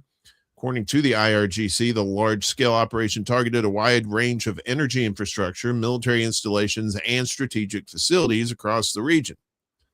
Among the targets were multiple oil and gas facilities linked to U.S. companies in Saudi Arabia, including sites associated with Chevron and Ras Al Khaimah, as well as petrochemical installations belonging to ExxonMobil and Dow Chemical in Al Jubail. Additional strikes reportedly hit oil infrastructure in Yanbu along the Red Sea coast. The IRGC also reported strikes on energy facilities in other Gulf states, including oil installations in Habshan in the UAE, part of a pipeline network transporting crude oil from Dubai to Al Fujairah, as well as key ExxonMobil linked facilities in Ras Laffan, Qatar. Welcome back, Qatar. Oil facilities in Bahrain, including those tied to Bapco and the Das Island refinery in the UAE, were also listed among the targets. Let me see here. Beyond energy targets, the IRGC said the operation extended to Israeli-linked sites, including technology and intelligence centers in Bir al-Sabeh, as well as intelligence and surveillance hubs in the Azrieli and Almas Towers in Tel Aviv. Ben Gurion Airport and the Haifa oil refinery were targeted, in addition to the government complex in the capital that houses command and control centers. Yikes. So basically they had they made the deal, but as these things are, before they're formally put into place, boom, boom, boom, everybody's just going to bomb the hell out of each other. And that's why you're seeing more shots from Iran to Israel getting bombed. Israel saying they don't want to be a part of the ceasefire, so they're going to continue to bomb Lebanon, which probably means that Hezbollah is going to keep bombing Israel, which means Yemen's probably going to bomb Israel. Woo! It's nutty out there. But it seems like the rockets red glare. Yes. Yeah, it seems like Iran has the upper hand in this. since Trump, he was like, okay, I'll listen. I did enough of this. Now I'll do some of this. Yeah. So, and that's going to keep on. I mean, that's the thing. It's like Iran said, look, we own, they didn't say this outright, but they said, look, we own the Strait of Hormuz. You want stuff to come through here, you're going to play by our rules and you're going to pay. Otherwise, get the hell out. Yeah. And the U.S. knows this. That's why they're doing all this blustery, you know, that's how we've always done. We're number one. We're number one. Nobody's going to get the better of us. Well, guess what? Iran got the better of us. They did. Big time. Big time. And I'm going to reserve judgment until some of this settles, the dust settles. But I think we've gotten played really, really bad. Yeah. Yeah. I think we have too. I think Trump's idiot brain decided to listen to the wrong person on this. And well, here we are now. The old, was it FAFO? They've FA'd. Now they're they FOing. sure have. They are FOing right now. That's for sure. As we told you, Israel has, they said they would stop bombing Iran, but not Lebanon because they're assholes. Massive Israeli bombing of Lebanon kills, injures hundreds in Beirut alone. The Israeli army launched a massive wave of brutal and deadly airstrikes on the Lebanese capital, Beirut, today, hours after rejecting the inclusion of Lebanon in a newly announced ceasefire initiative to end the war in Iran. So strikes hit Ain al-Tanay, Barbour, Ain al-Mrisa, Corniche al-Mazra, Bir Hassan, and several other names I can't pronounce. I'm sorry. Several other parts of central Beirut and the outskirts and suburbs of the capital. My apologies, but I give it the old college try when it comes to these names. I'm not scared. I just sound stupid. Video footage from across the capital showed large clouds of smoke in densely populated civilian neighborhoods. Massive destruction has occurred. Injuries are numerous and the number of martyrs is high. The situation is difficult, and we are doing everything we can to save them, said Secretary General of the Lebanese Red Cross, George Katani. Hospitals are overwhelmed. Airstrikes also hit South Lebanon and the country's east, including Tir Sur and Saida in the south, and Hermel and Shmistar in the east. More than 300 have been killed and wounded in Beirut and the southern suburbs alone, and many victims are trapped under rubble, according to the Red Cross. Israeli army spokesman Iviche Adre said that warplanes carried out a large-scale bombing across Beirut, the Bekaa, and southern Lebanon, targeting around 100 sites in 10 minutes. Yikes. He described the bombing as the largest since February 28th. He already announced a new operation in Lebanon dubbed Eternal Darkness. Maybe not have such apocalyptic names for your operations there. That might help. Just before the attacks hit side Beirut, is it maybe yeah, never mind. What's that? The apocalyptic names. I have opinions, but never mind. Just go on. Just before the attacks hit Beirut, Hezbollah released a statement urging civilians to avoid returning to South Lebanon and other targeted areas until the ceasefire is official. The deadly wave of strikes on Lebanon comes hours after the U.S. agreed to a 2-week ceasefire with Iran following President Trump's acceptance of a 10-point plan from Tehran as a basis for further negotiations. As we said, more negotiations in Islamabad, Pakistan this Friday. At least that's the plan. And we told you about the 10-point plan there. So they're going to continue bombing Lebanon as part of the greater Israel project. Whether they'll get to complete that project, though, I think that's going to be up to Iran to decide now. Yeah, I fully agree. Yeah. Yeah, but Iran may not hold all the cards, but has a lot of them. They ain't scared. That's the thing. Yeah. I mean, you see like these videos of them when Trump said he was going to target their bridges and power stations. You see people like doing, hands across America, shit, like, holding the hands, in front of like power plants and bridges and stuff like that. They show them protesting in the streets and bombs are blowing up. These people ain't got no fear. When you don't have any fear, that's dangerous, or it could be dangerous for those who that are trying to scare them, and it ain't working. Yeah, it ain't working. Let's step into the press pool. And Trump loves to threaten journalists. He that's the thing. It's like when you find out he's just a blowhard and he don't mean a third or a fourth of what he says. I think that's what Iran figured out. It's like, this guy's just nothing but full of shit. Okay, so keep talking, and we'll charge money through the Strait of Hormuz while you tuck tail and run. So, Trump threatens to jail journalists who received leak about U.S. pilot down in Iran. I think this is an F-35, or an F-15. Okay. So Trump vowed Monday to find the leaker who disclosed that U.S. forces could not locate the second pilot stranded in Iran after their F-15 fighter jet was shot down, threatening to jail unnamed journalists who received the information if they do not reveal its source. Dun, dun, dun. Trump claimed that Iranian authorities did not know that a second pilot of the down two-seat warplane was missing until after the news report, which made the U.S. rescue mission much more difficult. We're looking very hard to find that leaker, Trump said. Oh, wait a minute. We're looking very hard to find that leaker, Trump said. We think we'll be able to find it out because we're going to go to the media company that released it, and we're going to say national security, give it up or go to jail. National security, take a drink. There it is. It's that old drinking gang. Every time you hear national security, fuckery is about to happen. So take a drink. The country, Iran, put out a major... is he still talking? Yeah, okay. The country, Iran, put out a major notice offering a very big award for anybody that captures the pilot, Trump continued.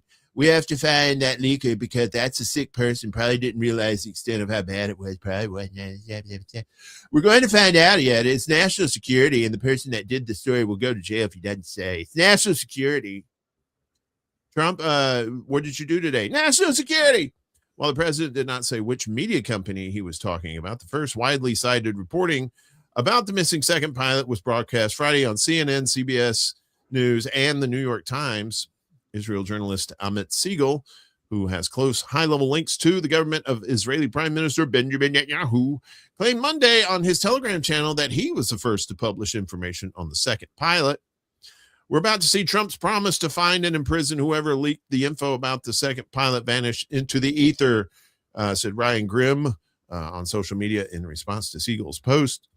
Both pilots were successfully rescued. Some critics mocked Trump for presuming that Iranians would not know that the two-seat F-15 is crewed by multiple pilots. Since he probably doesn't know himself. Yeah. I don't even know what F-15 means. Is that like some sort of vitamin you take or something? Is that a thing? Since early in his first administration, Trump has discussed jailing journalists and political foes who leak or refuse to say who disclosed information. The president has also long denigrated journalists as the fake news media, except for Fox News. He seems to be okay with them. And the enemy of the people, sowing distrust of an entire profession that culminated in physical attacks on reporters during the January 6th, 2021 Capitol insurrection. Trump's threat comes as the president said he is considering blowing everything up. He said that and then he didn't do it. He caved.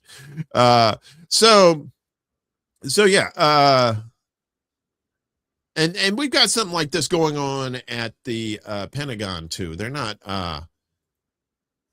only allowing journalists to ask approved questions, I think, or if they have information that they gleaned from anonymous sources or whatnot, that they can't use that. And the only thing that happens when you threaten as a leader in quotes, obviously,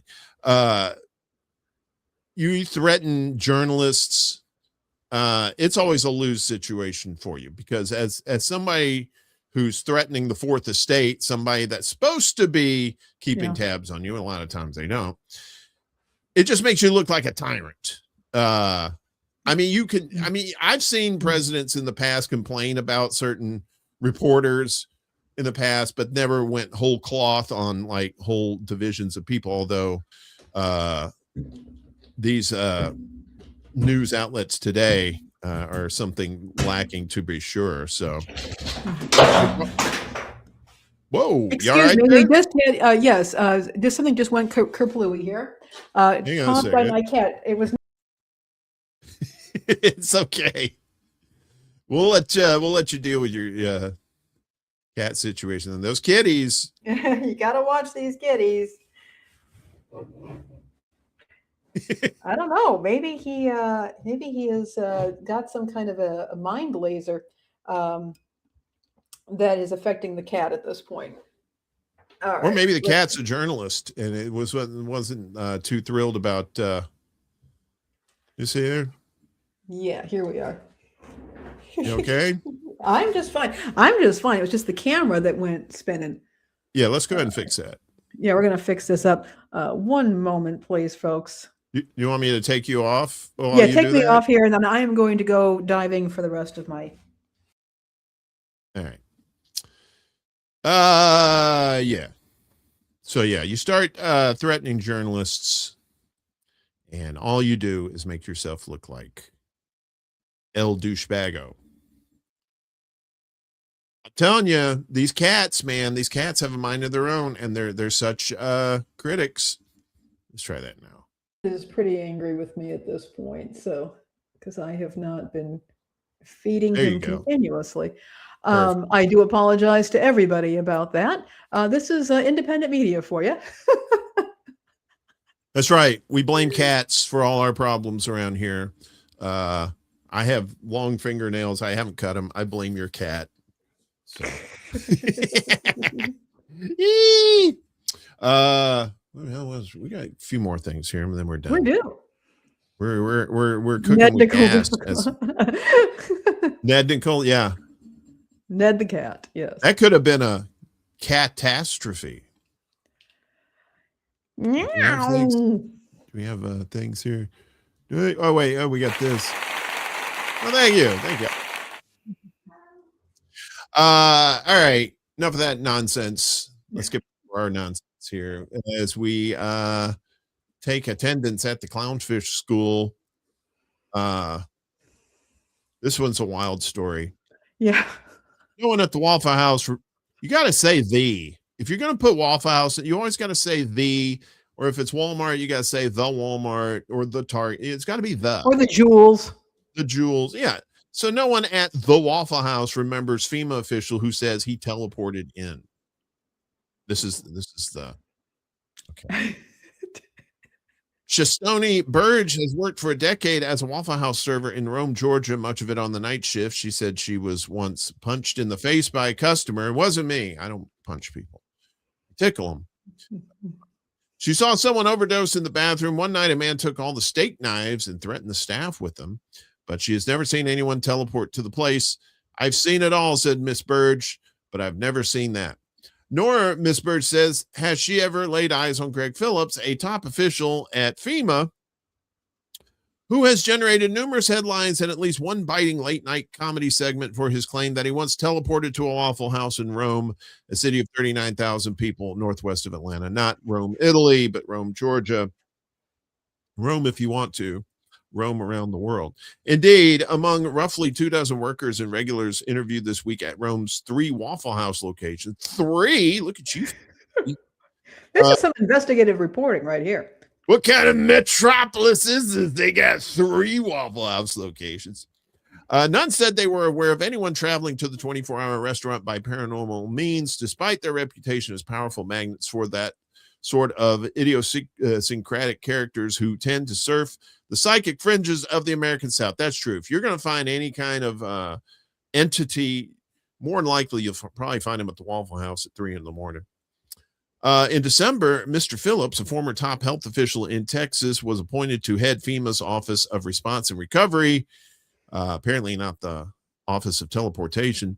The office, with more than 1,000 employees and a budget of nearly $300 million, is central to FEMA's job of responding to disasters like hurricanes, earthquakes, and fires. Mr. Phillips was known at the time as a proponent of election fraud conspiracy theories, some of which were amplified by Trumpy. Things got stickier for Mr. Phillips last month when an investigative report by CNN detailed how on podcasts and social media he had propagated other conspiracy theories, used violent rhetoric in discussing former President Joe Biden, and recounted how on 2 occasions he had somehow found himself being moved by forces beyond his control dozens of miles from 2 different starting points in Georgia. We call it Greyhound. It's called a bus, and then you sit down, and you don't have to drive. They do the driving for you. Teleporting is no fun, he said on the podcast Onward, which is hosted by a conservative activist and also a teleportationist, I imagine. Ridicule has been mounting online. Here's why I know he's lying, wrote John Podhoretz, editor of Commentary Magazine, on the Twitters this week. Here's why I know he's lying. You can't teleport. All right, sorry. Given the fact that teleportation has a theoretically infinite travel distance, he could have ended up at a Buc-ee's or a Culver's or a cheesecake factory. On Wednesday, Mr. Phillips wrote on Truth Social, Trump's social media platform, that the incident took place while he was heavily medicated as part of a cancer treatment. Well, heavy meds. You'll think you're time traveling, teleporting. But he also described it as a miracle performed by God. The word teleportation was not mine, Mr. Phillips wrote. It was used by someone else in the conversation, reaching for language to describe something with no easy name. The more accurate biblical terms are translated or transported, not new ideas for people of faith. Again, a Greyhound bus will do the same thing. Well, maybe not the translating, although you may need some translation on the bus. But no one at any of these 3 Waffle Houses recognized his picture. Well, maybe he just popped in and popped out. It may could have been like, hey, let me get some coffee. Okay, bye. In a phone interview. Hash browns? No hash, smattered, smothered, covered. Poof. I gotta go. He said, because teleporting's no fun. In a phone interview Thursday, Sidney Perkowitz, emeritus professor of physics at Emory University, said that pulling off the teleportation of an entire human being would be a neat trick. The amount of information you need to reproduce something as complicated as a body is so immense, and I don't think there's a number that can express it, he said. Expressing what you need about every atom, every electron, et cetera, is just off the charts as far as the data goes. Well, then how does Star Trek do it? Huh? They do it all on multiple shows. Stupid. FEMA's press office did not immediately respond to a request for comment Friday. Oh, gee, I wonder why. All right, that's enough of this. So this guy's getting paid to tell bullshit stories about teleporting to Waffle Houses. Is that what this is? Well, he's getting paid ostensibly to help manage, disaster recovery and in processes during a time when we're seeing increased need for such services. And he might be burying the lead, because why don't he just teleport the storms out of there? Why can't he just do that? One would think. The other thing I'm finding extremely amusing about this is, you've heard of the Waffle House Index? Mm-mm. Okay. So Waffle House has one of the best world-class disaster monitoring and management systems. It is the goal of Waffle House to be continuously open, 24 hours a day, 7 days a week, 365 days a year. And they want to keep them open. So they're constantly monitoring the country for disaster threats so they can be prepared to keep the Waffle Houses open.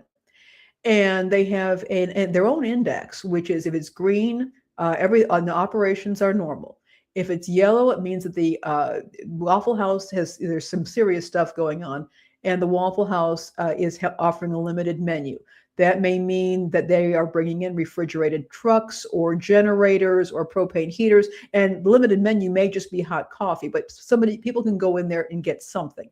If it's red, it's closed down. If a Waffle House is closed down, that's online. That's in line with apocalypse. I mean, that means something really, really bad has happened, and it's just too dangerous. They can't even get the refrigerated trucks or the propane in, or it's not safe for them to be operating.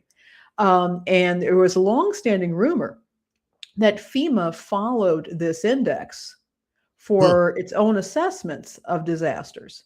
And eventually, FEMA did come to admit that they were doing this. And I'm not blaming them for it, but it's just very funny that a FEMA guy ends up teleporting to not one, but two Waffle Houses, given this long-standing symbiotic relationship. Well, they could have been out of grits at one of them. Possibly. And if you're out of grits, why are you even at a Waffle House? I mean, that's like the basis for life is grits, but people don't seem to understand that. Well, we go. Do you like sugared or unsugared grits? I like more. I'm a savory kind of guy. I like to do the old fried egg, break it up, mix it in there, and then scoop that on some buttered toast. I can feel my arteries clogging already. But it's so good, so good. But you had mentioned Oklahoma earlier. We go to Oklahoma City now for some more clownfish dumb shit. Maybe we should call that. That's what we should call it. Clownfish dumb shit. As Oklahoma City police officers placed on leave over April Fool's Day 9/11 call or 911 call to dispatchers. 9/11 is something else. Oklahoma City Police Department has placed officers on leave after reports of an April Fool's Day prank that sent squad cars in pursuit of a baby being thrown out of a car before the call was revealed as a hoax. You got any crimes you got to solve there in Oklahoma City? Oklahoma City Police Captain Valerie Littlejohn confirmed Monday that an internal investigation was ongoing, but would not say how many officers were placed on administrative leave or provide details of the accusations. We are aware of a reported pursuit involving some of our officers that included serious claims, which has since been determined to be false, Littlejohn said in a statement. We take the situation seriously and are committed to ensuring a thorough review is conducted. What, they're investigating themselves? You know how that works out. The investigation followed published police radio audio from the night of April 1st, reported by Oklahoma City television station KFOR. That's KFOR, Oklahoma City. And other stations in which a dispatcher says that the city just advised that the suspect threw a baby out the window. The police officer that's in pursuit does not have a radio. He's just messaging his location, the dispatcher says. After a number of officers responded to the report, a dispatcher can later be heard saying it was an April Fool's prank. Another dispatcher says, not funny. Well, yeah, you're fucking around out there. A message left Monday with the president of Oklahoma City Police Union president seeking comment on the incident was not immediately returned. Gee, I wonder why. Oklahoma law makes it misdemeanor crime to report knowingly false information, which could result in the dispatch of emergency services from any public agency. Punishment is a fine of up to $500 and an assessment for any costs associated with dispatching emergency personnel. So you wonder why people don't like cops hardly anymore.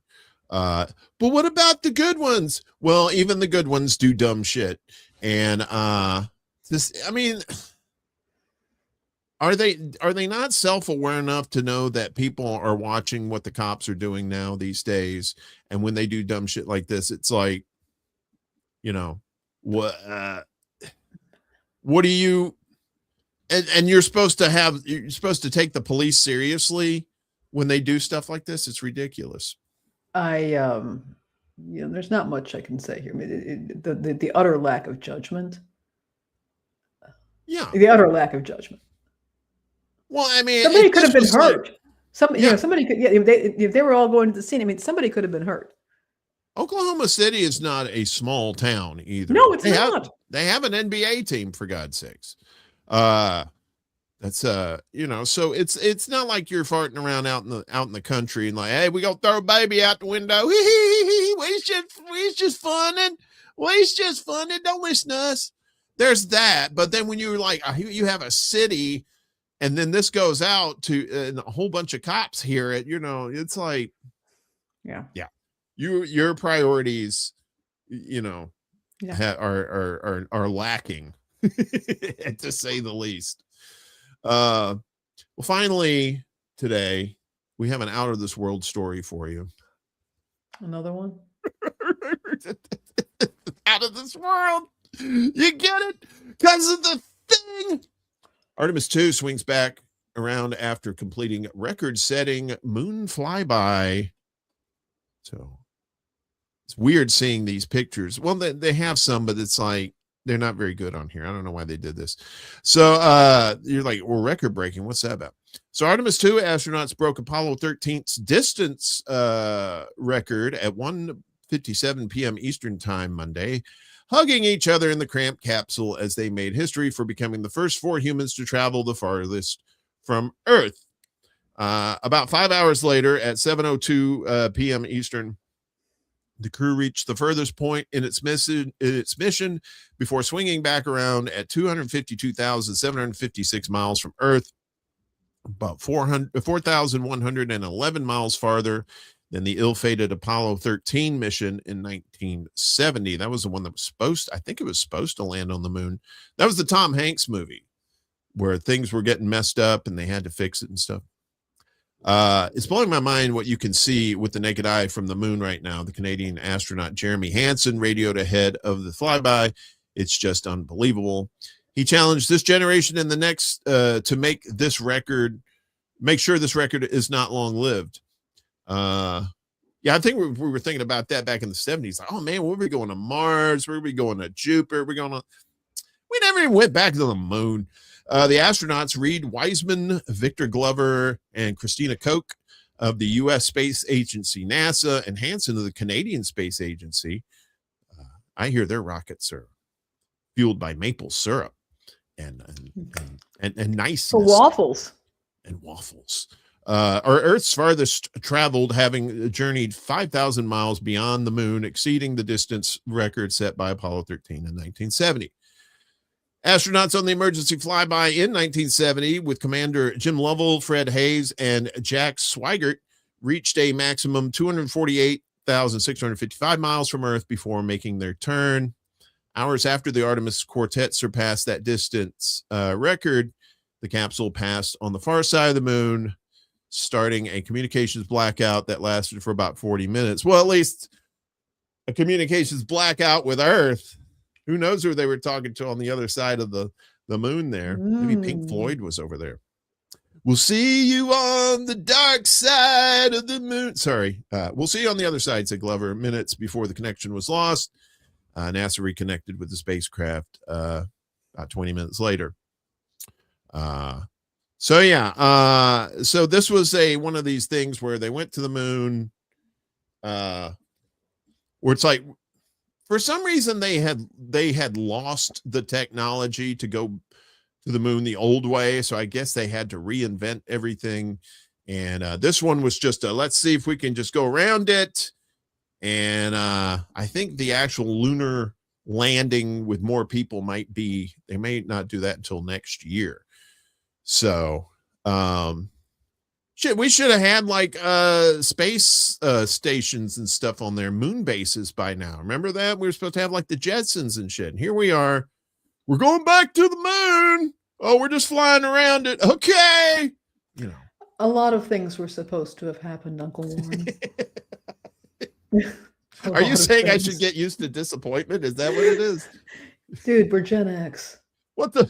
Yeah. That should have been ingrained long ago. I know. I'm just kidding. I'm not disappointed. I was well prepared for that disappointment.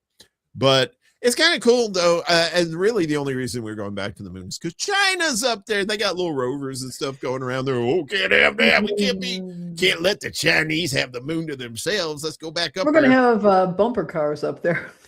We're gonna have. Yeah, it's gonna be like carnival rides.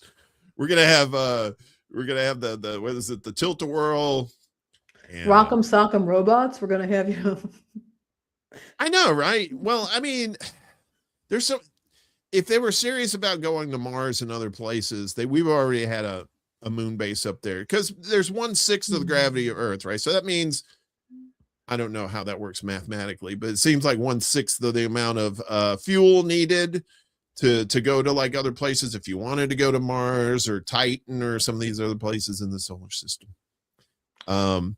I wanted us to do that. I remember as a little kid seeing the rockets take off, and then it got to a point where they stopped showing it because they kept doing it all the time, right? Yeah. And then they stopped going. We're like, wait, what? No, we didn't say do that. But here we are, and now we're back 50 years later. So they wanted to screw Gen X out of having a space future. That's what it was. They didn't want Gen Very Xers likely.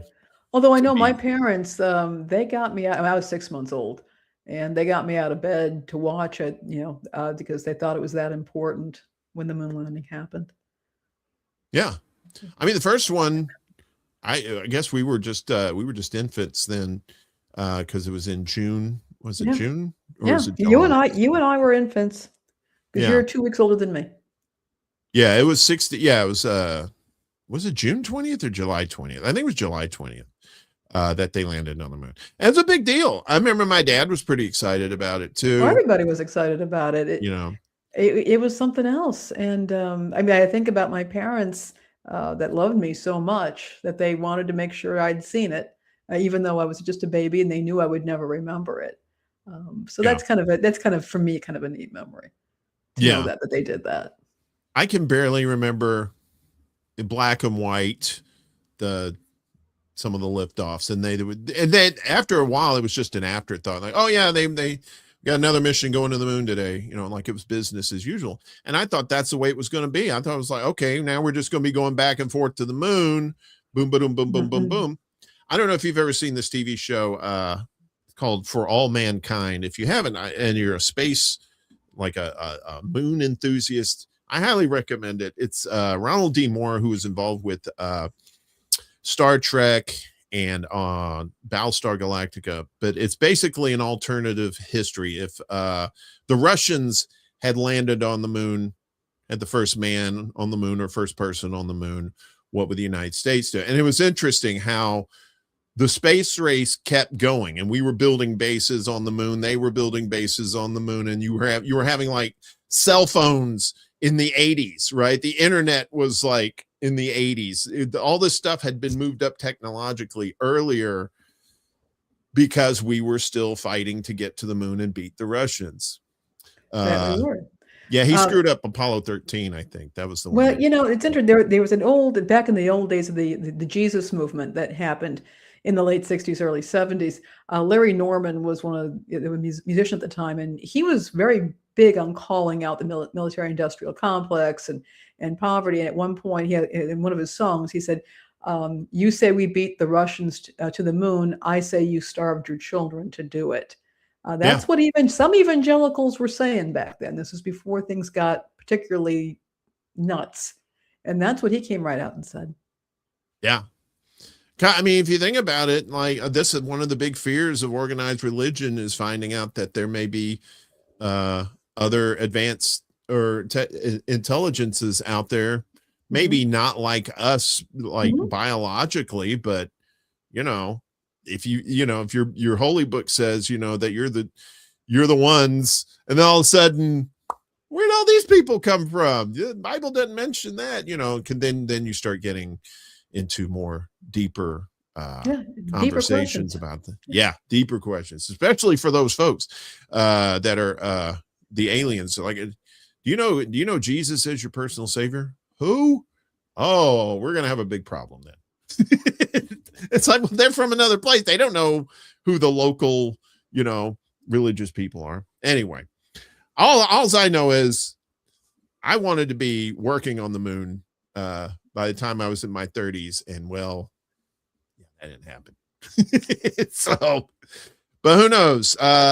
Maybe once we finally hit rock bottom as a country, we'll finally figure out that we need to take care of our people, that we actually need to plan for the future and stuff like that. We need to up our technology, but at the same time, keep our humanity in check too. We need to pick our battles. Yeah, exactly. I think it's coming. It's probably not anytime soon, but hopefully within our lifetimes we'll see it, but we'll see. But that's it for today. That's all the show we got. It was a great show. Good to see you, Uncle Warren. Sorry for the catastrophe. Catastrophe, yes. I'll be having exactly. strong words with Ned about that little escapade. And that's So it. I want my 15 minutes of fame. Yes. So let's see. Programming wise, we'll be back again next week at noon Eastern, 9 a.m. Central Time here on YouTube and Rumble and Facebook and Substack. And Yes. hopefully soon we'll be back on Instagram. They changed some things recently, so we have to wait on that, but Yeah. we'll get there. If you want to We'll get subscribe to the do you have your link for the Instagram channel in there? We only need you only need what, 20 something? Yeah, something like that at this point. Let me go grab that link right now. This is my own personal Instagram account. And again, it's not so much that people are watching it that often, but it does ping people to know that the show is on. Right. So if you could give me and my personal account, if you could also follow our Facebook and our Instagram accounts, we can start building those, but they're further away from being able to give us the ability to stream live.